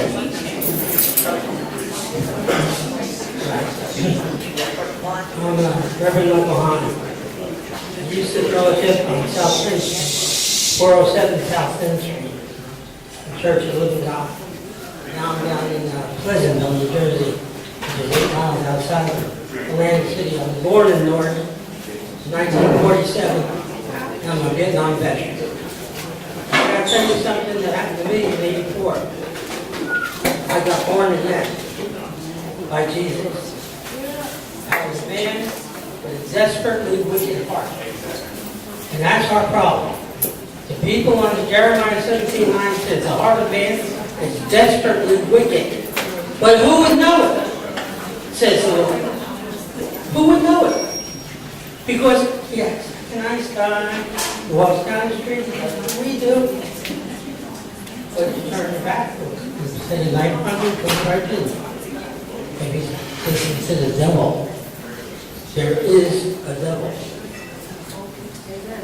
Okay. Okay, sir. We have people who want to ask questions. I have a question. I have a question, too. Okay. You want to come to the microphone? Wait, you have a question? I'm actually from Newark. I live here in the East Ward, and I had an experience where there was a home invasion in my building. I live in a 6-unit building, okay, and my neighbor, somebody broke into my neighbor's apartment while he was asleep. This was during the daylight because he works at night. Now, once the perpetrator came in, okay, he was able to take a couple things and run out of the house. But when we tried to call the police took 45 minutes to get to the apartment. Okay? Once they got to the apartment, they didn't even come out of the car. And we had video surveillance of them walking up the stairs. They did not even want to come out of the car. So my question is, what is the problem with Newark Police Department? Is it the morale? Or is it, I don't know what's going on, And, I'm just trying to figure out what to do because, people say that this part of the neighborhood is safe. It's not safe. I live here. I see the robberies. I see people getting robbed. Last month there was somebody right around the corner from my house on Adams Street, right by the park. There was a perpetrator that came inside, armed. Okay, Essex County Police was there. Newark Police was there. The guy, trapped the gun and he just threw the gun as he ran away to the park. So it's not a safe neighborhood. And I don't know what's going on with the police, but I don't think we can. Yeah, maybe. Well, I don't work for the Newark Police Department, but there's so many layoffs. There's been so many layoffs and so many budget cuts that their spirit is broken. Plus, they're not manned enough. There's not enough backup for them. There's been 2 Supreme Court cases too that have ruled that the police are not obligated to protect you.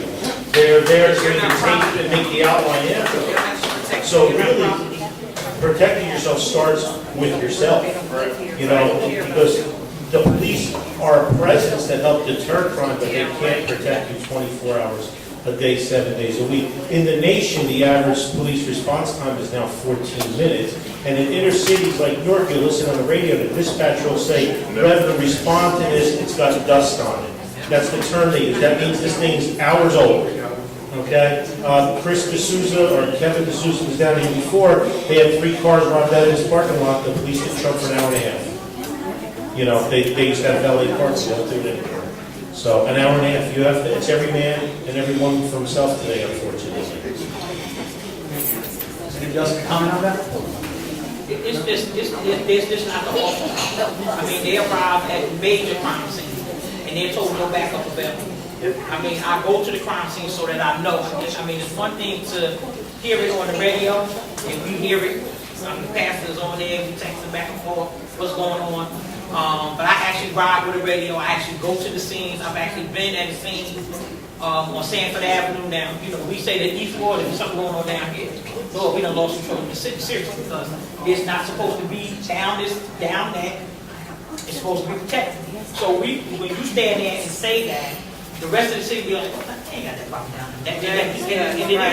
We have lost control of the city. So it is a morale issue, but it's just also a manpower issue. It's a frustration, because if you had a home invasion, they should come and they should take the finger. They should, do those kind of things, the CSI, if that's what we want to call it, type of things when a burglary happens, so that we'll know if a person is a habitual abuser of, robbing people's houses in this area. We know if went in my house, their house, his house. But we're not even doing that kind of follow-up. It's just at their wits' end.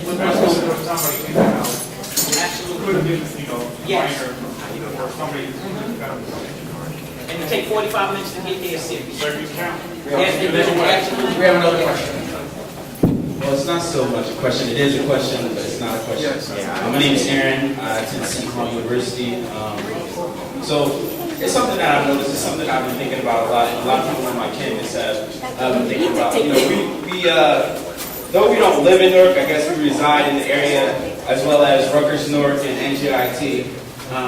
But one thing that we feel as though is that we cannot be actively engaged in the issues that are going on in the city because it's kind of a disconnect because we're college students. But I feel like it's a lot of time a failure to realize that any social movement that has existed in the United States has really been backed by college students and by the youth.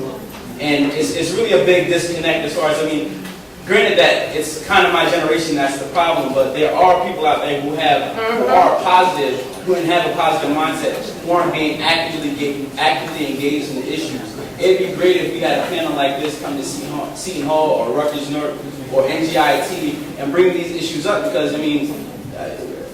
since we started school 3 weeks ago, we probably had about 7-8 robberies at gunpoint. So, you know what I mean? We deal with the same issues, but it's like we're trapped on our campus. We can only deal with issues on our campus. And we love to, partner with these different organizations in the city of Newark. Can you get the student union to invite us? If you can get the student union to invite us, we'll come. Sure. The president of the Black Student Union at Seton Hall University is in my car right now. Okay. We just came. We just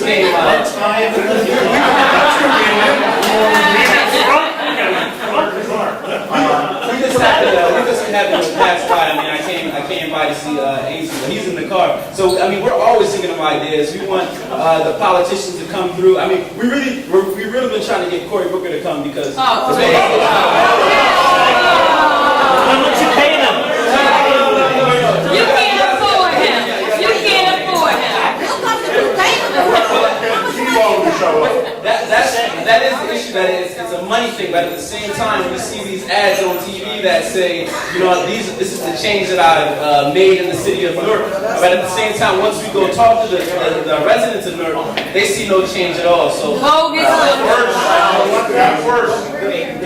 if you can coordinate for us to come down, speak, panelists are more than welcome to one of you come down. Just to answer, I want to answer something. We have a lot of questions. I know we have a lot of questions. Let me just respond to him. I don't see eye to eye everything with Ross Baraka, but Ross Baraka will come down and speak. He want to hear a different perspective. So I know they would come down and As a see. matter of fact, Or it's he's busy right now, he's doing Oprah's laundry or something. No political jokes. What is that? Trevor Phillips, teaching and organizing here in Newark for a long time. Come on, with respect. Trevor Phillips, Newark teacher, organizer, been doing this for a minute. You got to put a time limit on this. You know, folks will come up and you got to tell us. Yeah, you got to put a time limit. I'm going to be brief. Two things. One, I'm glad the Councilwoman Crump is here. We need a public advocate position created here in Newark, New Jersey. And there's a woman sitting up on this panel with a peach-colored shirt on that needs to get the job. Because they don't take a public advocate in the city when they're sitting right there. Right? The second thing is that we need to change the conversation so far as the gun violence situation is concerned in our community. We talk about being afraid of our kids. We're not having conversations with our kids. We need to have the conversation not just on a one-on-one basis, not on a block-to-block basis, but we need to have the conversation on a TV to student basis. Because you ain't never going to be able to knock on every door in the city or talk to every young person that needs to be talked to. We need a PSA campaign on these televisions. So when the kids is watching Spike, and they watch ESPN, and they're watching whatever, they can see something that speaks to what is happening in the city, the violence that is happening in the city. The people that don't think that there's a problem in the city, that think everything is cool and the problem is not theirs, they need to see that on TV. How many people are actually being killed in the city? What does Essex County's murders and violence numbers look like? We need a message, both politically and culturally, that we can show our people every day. Just like LeBron James did the little high school dropout commercial. If y'all watch the NBA, that was very powerful about the kid dropping through the floor. His mother wakes him up for school. He doesn't want to get up, so he falls through the floor, ends up in a vacant lot, doesn't want to get up, falls through the floor, ends up on a little pissy mattress somewhere, and then he finally wakes up and jumps up and runs to school. And they drop all the little statistics and stuff. We need to bring that message to our children, to our city, to our community. Now, I don't say that just because I'm talking, because I'm about solutions. The proposal for it is right here. So, I'm shopping it, the proposal is right here, because we can't talk. They're not going to save us. Everybody come here to save us. I'm not a church-going man. I used to be an altar boy for a long time, but Jesus ain't going to save us. Right? He ain't. Or she, or God, or whatever. Like you guys, the first thing they tell you in school, God helps those who help themselves. So you can pray, and I don't mind you praying, because I pray sometimes as well. But you have to do while you're praying, or do in addition to praying. So everybody can speak this in, everything is here, everything we got a financial conduit, so we can make this all legit. We ready to rock. I want this on TV by January. So anybody want to talk? Anthony just said we're putting on a Spider-Man uniform and be the commercial. I want to let everybody know there's a sign-in sheet here. We're going to send a follow-up to everybody. Please respond with your comments as well through email. Just make sure you sign in so we have your contact information so we can kind of keep the conversation moving forward. Because we really are going to act on this. And those ideas are phenomenal about a public service announcement. Yes. But we need help from everybody. The student that was here before, he has to try to work with us to try to coordinate that. That comes from the community as well. We can't do everything. So by bringing that forward, we'd love to see that dialogue. Maybe we can help you with that. Helping with the schools as well, getting meetings in there. Next question? I'm sorry. No, that's okay. Just before we take the next question, what's our timing on when we have all night. Wow. What are we shooting for? Because let's get to the point. What time does your wife want you home? 9:15, Alex, 9:15. Go ahead. That's it, 9, yes. Councilman Crone? I wasn't aware. Thank you very much for attending. She don't take any crap either. She's good to have a record. Okay. Well, let's take one more question, and sir, you can come up after, because you had your hand up for a while. So. I have a question for the pastor. My name is Dave Wynn. I'm a businessman here in Newark. I'm not one of the guys who are going through my drugs. I understand there are some people like that. I've been to Newark a couple times. That's one of my credentials. They let me go. So I guess I got profiled. That was your mic. Anyway, before I was a businessman here in Newark, I was a military officer. And before I was a military officer, I was a missionary in South Korea, out in the countryside. And I think that, a lot of people talk about poverty and government solutions and such. But the poverty I saw in the countryside of South Korea was pretty much orders of magnitude of what I think is here in Newark. I don't mind poverty here, but people have worse. But one thing I did notice those people had was there wasn't a lot of violence, and they had very strong families. So my question to the pastor is, how many of the people that you counsel that have criminal records and such are coming from broken homes? That's my first question. 90%. 90%. And then my second question is, I read all these wonkish studies about poverty and social conditions here in America. And one thing they say is, if a person gets a job, and any kind of job, they graduate from high school, and they don't have a child before they get married, their chances of living in poverty or going into poverty are really small. And I want to get your opinion on that, whether that's not actually true. I believe that was good before this economic turndown. With mortgages and people losing their homes and just a lot of different factors. For me, poverty is how you see it where you live at. South Korea, certain parts of Korea is a communist country. So, in essence, when you look at America, it's supposed to be the richest country in the world. We claim to be the moral authority for the world. We claim to have the most money in the world. To have poverty in this country kind of negates what we declare to the world that we are. So, when a person is hurt, they're not concerned about what goes on around the world. They're concerned about what's going on in their local locale. So when you talk about families and that family breakdown and those children that are hurting, children don't always make wise decisions. Just to give you a perfect example. It was publicized that the last kid that was killed out of Riverview Court, the last child, 14 years old. They said they had $30,000 of dope in his house. They said they had a gun, they said they had a loaded weapon, and plus ammunition. It was the first in the month. He got shot walking his mother to the bus stop. If you ever been in Riverview Court, there's no way this kid had $30,000 worth of dope in his house and not having some dope in his pocket. So a lot of times how things are perceived and how things are advertised, you would think that somebody's doing well, he got 30, so this 14-year-old kid. But my question is, what 14-year-old child is able to make grown-up decisions? Whether they have parents raising them or whether they come from a broken home. Who will give their 14-year-old child your businessman? If you have a 14-year-old son or daughter, you're not going to turn your business over to them and tell them to run it. And they have the best education around because they're not able to run it. Number one. Number two, they don't have the experience to run it. Number three, they don't have the life skills to run it. They have to be taught how to run it over time as they watch you run the business. Now, our kids in the local area, what they do is watch people run their so-called businesses. But they don't have the mindset, they don't have the life skills, and then they don't have the parental guidance to help them determine right from wrong. When I talked about earlier about the village, when we talked about the whole family, you would get whipped all the way down the street. Now everybody that Donna talked about has been imported in. So if you take kids out of Bradley Court, whites live in Bradley Court, if you take kids out of Bradley Court and you move them to Dayton Street per se, they don't know anybody on Dayton Street. You put them into a situation, a war zone, so to speak, where now they have to fight in school, they got to fight coming home, they got to fight in school, and when you deal with that day in and day out, I know we like to call it bullying, but when you deal with that day in and day out, sooner or later you're going to snap, and you're going to take it out usually on the wrong person. Sorry, you dodged his question. Well, there's no straight answer to it. Well, but it was a simple question. What was your answer be?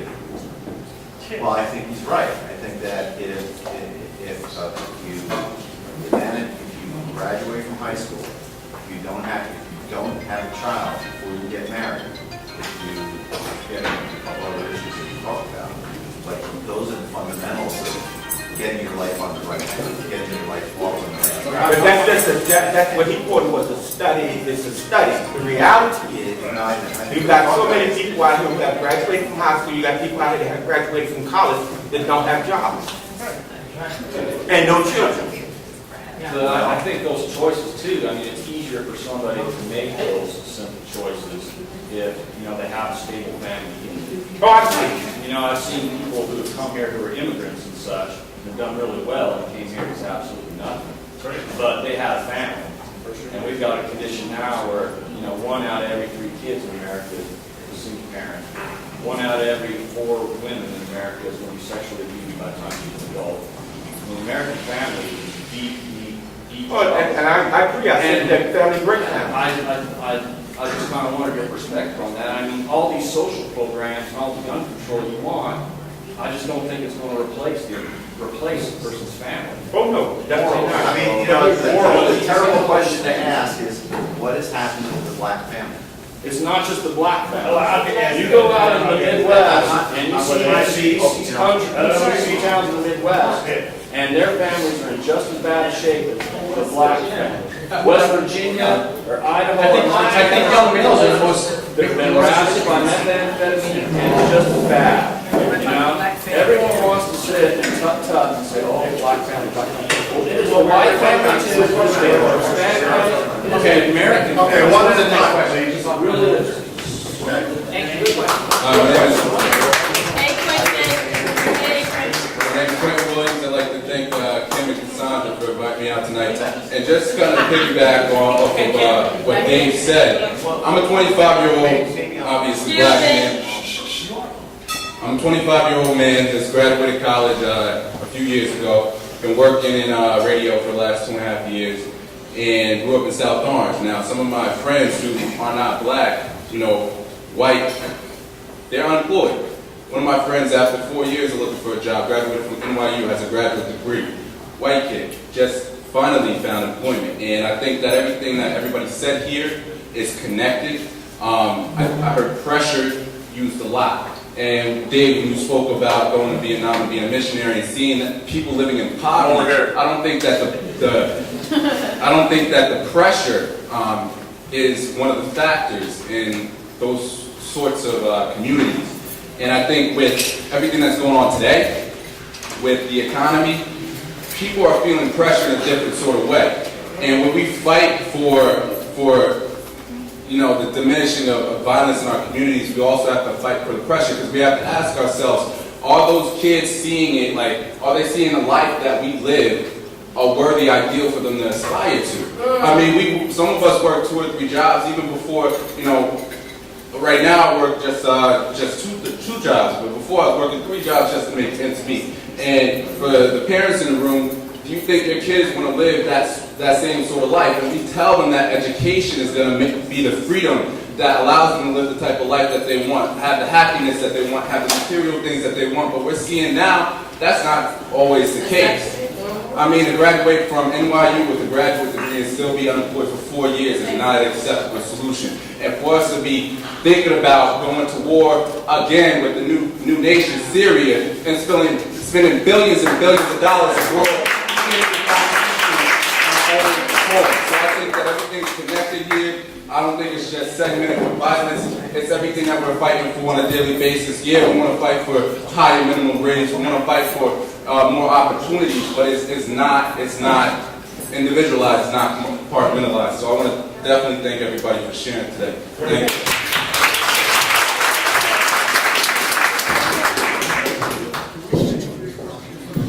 My name is Arlene J. Ramsey. I'm from Newark, New Jersey. I would like to piggyback off of what the gentleman said earlier. It's definitely a family issue. One thing I would like to let people know is that we have to get out of the habit of begging the government to step in. America was founded on violence. Violence is a brand. So when you think about it, violence keeps people confused. When they're confused, they're in despair. They start using drugs, abusing their family, abusing themselves, which leads them to buy into organizations like Narcotics Anonymous or whatever it is that they have to buy into to cure themselves. It's all a money chain. So we have to, in order to solve this problem, we have to go look back, get into looking at ourselves, practice self-awareness. We can't fix a problem if we don't realize that we're part of the problem. I see some people attempting to fix a problem and can sit here and observe how they're treating other people, ostracizing a person because you may not agree with what they have to say, their opinion or whatnot. That's part of the problem. Then your children are watching how you're behaving. They're witnessing what's going on, they're going to grow up and do the same thing that you're doing. And again, abuse is it's a huge issue in the American family. And it's not just the black family, it's all families. When you allow your children to be sexually abused or mentally abused, physically abused, what do you think that's teaching them? What do you think is happening to the mind of that child? That by the time they get to be the age of an adult, what do you think they're going to do? So the pressure from childhood added on to the pressure of normal life, what do you think is going to happen? America is prone to violence. So we have to get back into ethics, honor, respect, self-awareness, character. I don't want to take up too much time, but that's what we're going to. And Mildred Cruft, you know I love you. Donna, I love you. All my people. Cassandra, I love you. My people are in here. Y'all know what I'm talking about.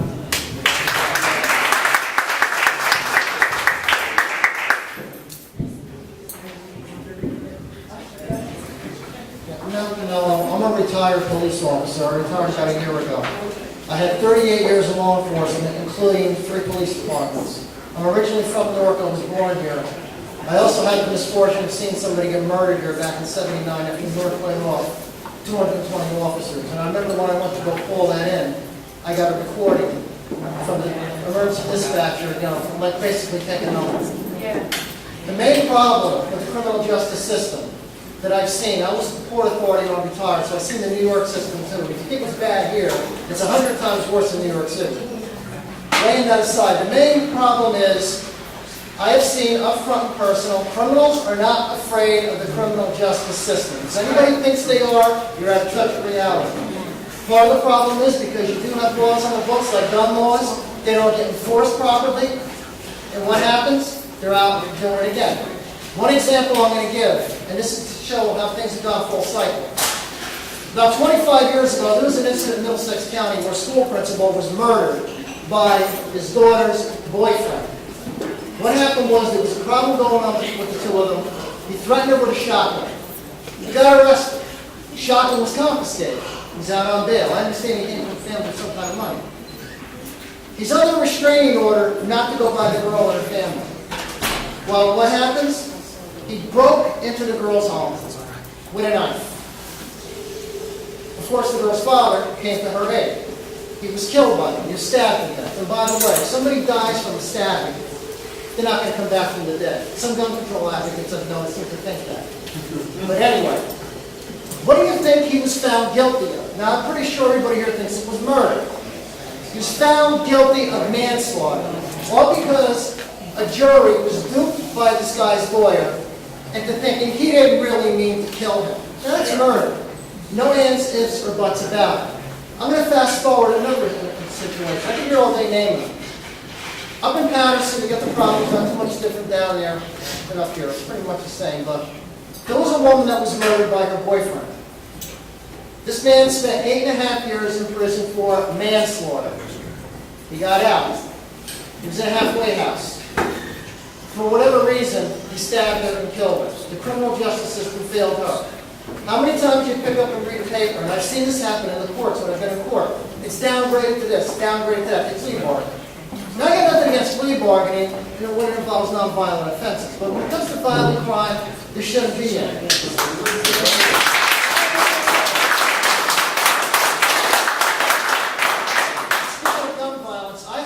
Partners that were murdered here in Newark. I used to work security part-time also.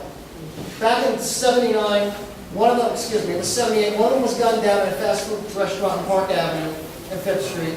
That's where I also saw somebody get killed. Another one was killed downtown Newark on Gino's on Broad Street. I believe that was in February 1980.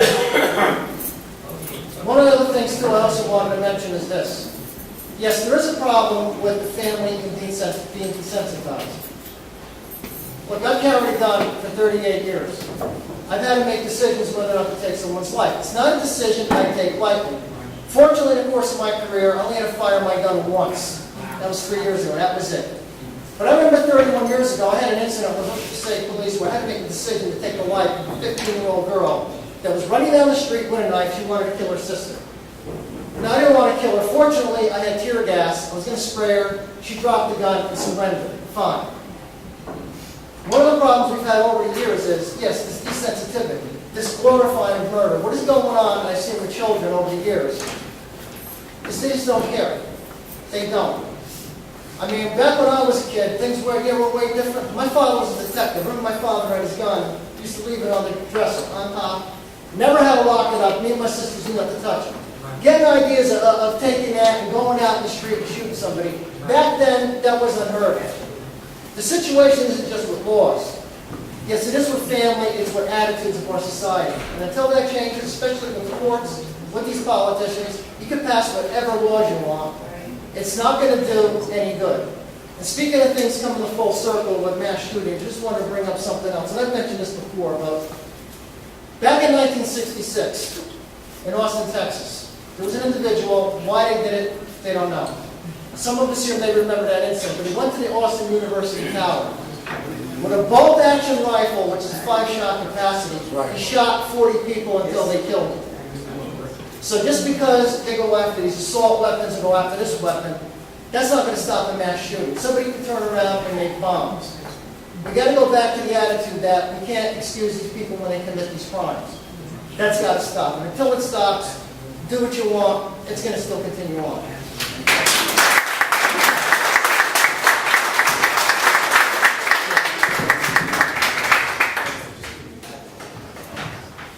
I want to ask the panel from Newark whether Star Ledger, or whichever newspaper, I think it's the Star Ledger, do they report the murders that occur here? All right. We come from Woodbridge. They report too. Beg pardon? They don't report them all. They get buried. They get buried. Well, the same thing happens with our local newspaper. Because the Harrisburg Park Press, the crime doesn't get in that. Okay? Now, I'm from Perth Amboy, born and raised. My wife grew up, spent 5 years of her life. She was born here in Newark. I worked here down there. I loved it down there. The plants, industry moved out. Big problem. And where is industry now? I grew up in Perth Amboy. Everybody's father worked at ASNR, Copper Works, you name it. We all had jobs. Those plants aren't there anymore. They're not here either. So your newspaper doesn't report anything. They report something. So, same thing with ours. And we moved into Woodbridge in '85 from Perth Amboy. Now, Perth Amboy is a tough town. Born and raised here. Went through the public school system. I have the MS-13s living 3 blocks from me.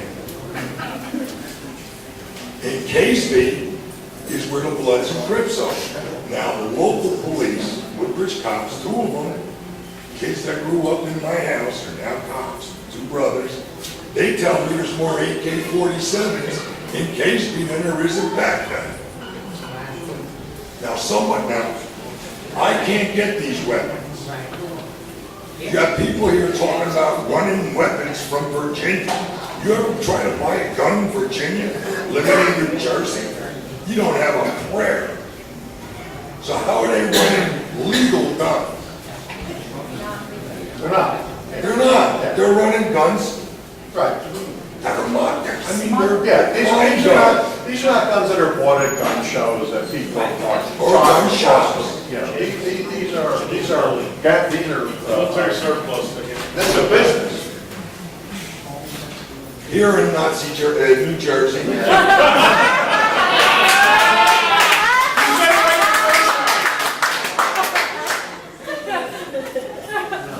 I want to get home when I'm getting hooked up, you know? Anyway, here in Nazi Jersey, if you're accused of domestic violence, you get hooked up, dragged out of the house, and any weapon weapons that you own are confiscated. Good luck over getting them back, even if you're exonerated. That's Good luck right. getting them back. The cop makes the decision. He's judge, jury, and executioner right there on the spot. We are a nation that is living with the unintended consequences of our legislation. You want to know what's happened to the American family? What's happened to the American family is when a father used to lift his hand, smack his hand. Listen. But now if a father lifts his hand, a SWAT team's coming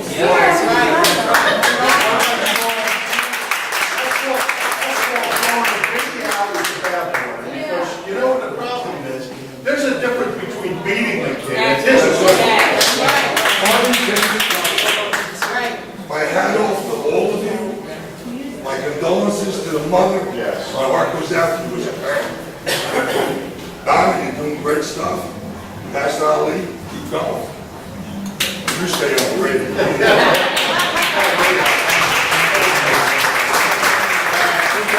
One last question. And I just want to make one quick comment. That's why we must continue to do this. Yes. Because everything that he just laid out is just the blueprint for everything. I did not disagree with the young man when he said, who's throwing the garbage out? Because there's a lot of things that's also driving that. I saw a lady, she came in, and my partner pulled her over. She pulled her car over in Newark, opened up her trunk, took 3 bags of garbage out, and I'm saying, ma'am, what happens now is, we live in these condo complexes, they charge per bag of garbage you take out in some of these places, it's an extra cost, so now people are driving and dropping. So there's a whole bunch for us to have a conversation, and I'm so glad, we definitely got to have a diverse conversation. Yeah. And just one panel, that's all we're going to talk about, how we're going to change that. And just lastly, the young man here and the one before, in terms of the laws, there is a group of us here, and I want to let you guys know this. We met with the Essex County prosecutor, with some of the mothers here in Essex County, because they are just, you murder plea bargain, we give you 4 years. Plea bargain, we give you 4 years. And we wanted them to understand that everybody's not sitting back comfortable with that. You kill somebody's child. You kill somebody's brother, somebody's sister. So they have, in Essex County, they have lessons. Because if I murder somebody in Union County, they're going to jail. There ain't even no conversation, ain't no wait for trial. You sitting there. Here you do it, and they're allowed to go out the door with no repercussions. But the one last thing, and the reason why we have to come back, we also want to do a juvenile law conversation, guys, because let me tell you what, again, Essex County, we had a 14-year-old, killed 11-month-old babies, he didn't shoot her, he beat her to death.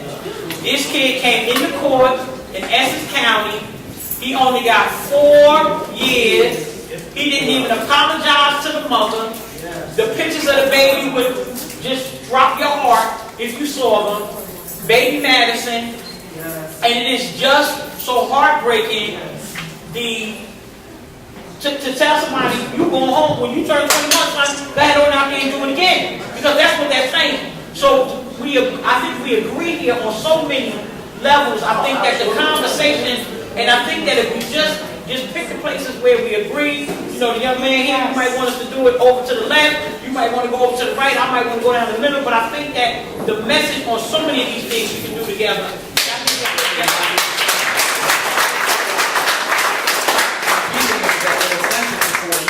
But they only have to serve a fraction of that. Absolutely. So he's probably out in a year and a half of good behavior. Okay, final question, we had to wrap it up, and I don't think we'll talk after. Hello, my name is Sean Brown, I'm from our local 1233. My question is for Pastor Ali and Donna. I didn't hear anything about this meeting. I don't think any of our representatives from the ILA know that this is going on. I think you guys have access to two of the most powerful locals in our state, where you really, you know, I mean, our office is on 10th and Avon, you know, so maybe I'll leave some information with you, but these officials didn't know anything about, you know, this meeting here, what's going on, and we're not getting any action in this city or any of these surrounding cities, okay? You're not going to unless you hurt their pockets, okay? you stop interstate commerce, okay, from moving and get your voice heard, I think you might have a little better leg to stand on and get your voice really heard and what's really going on in the city.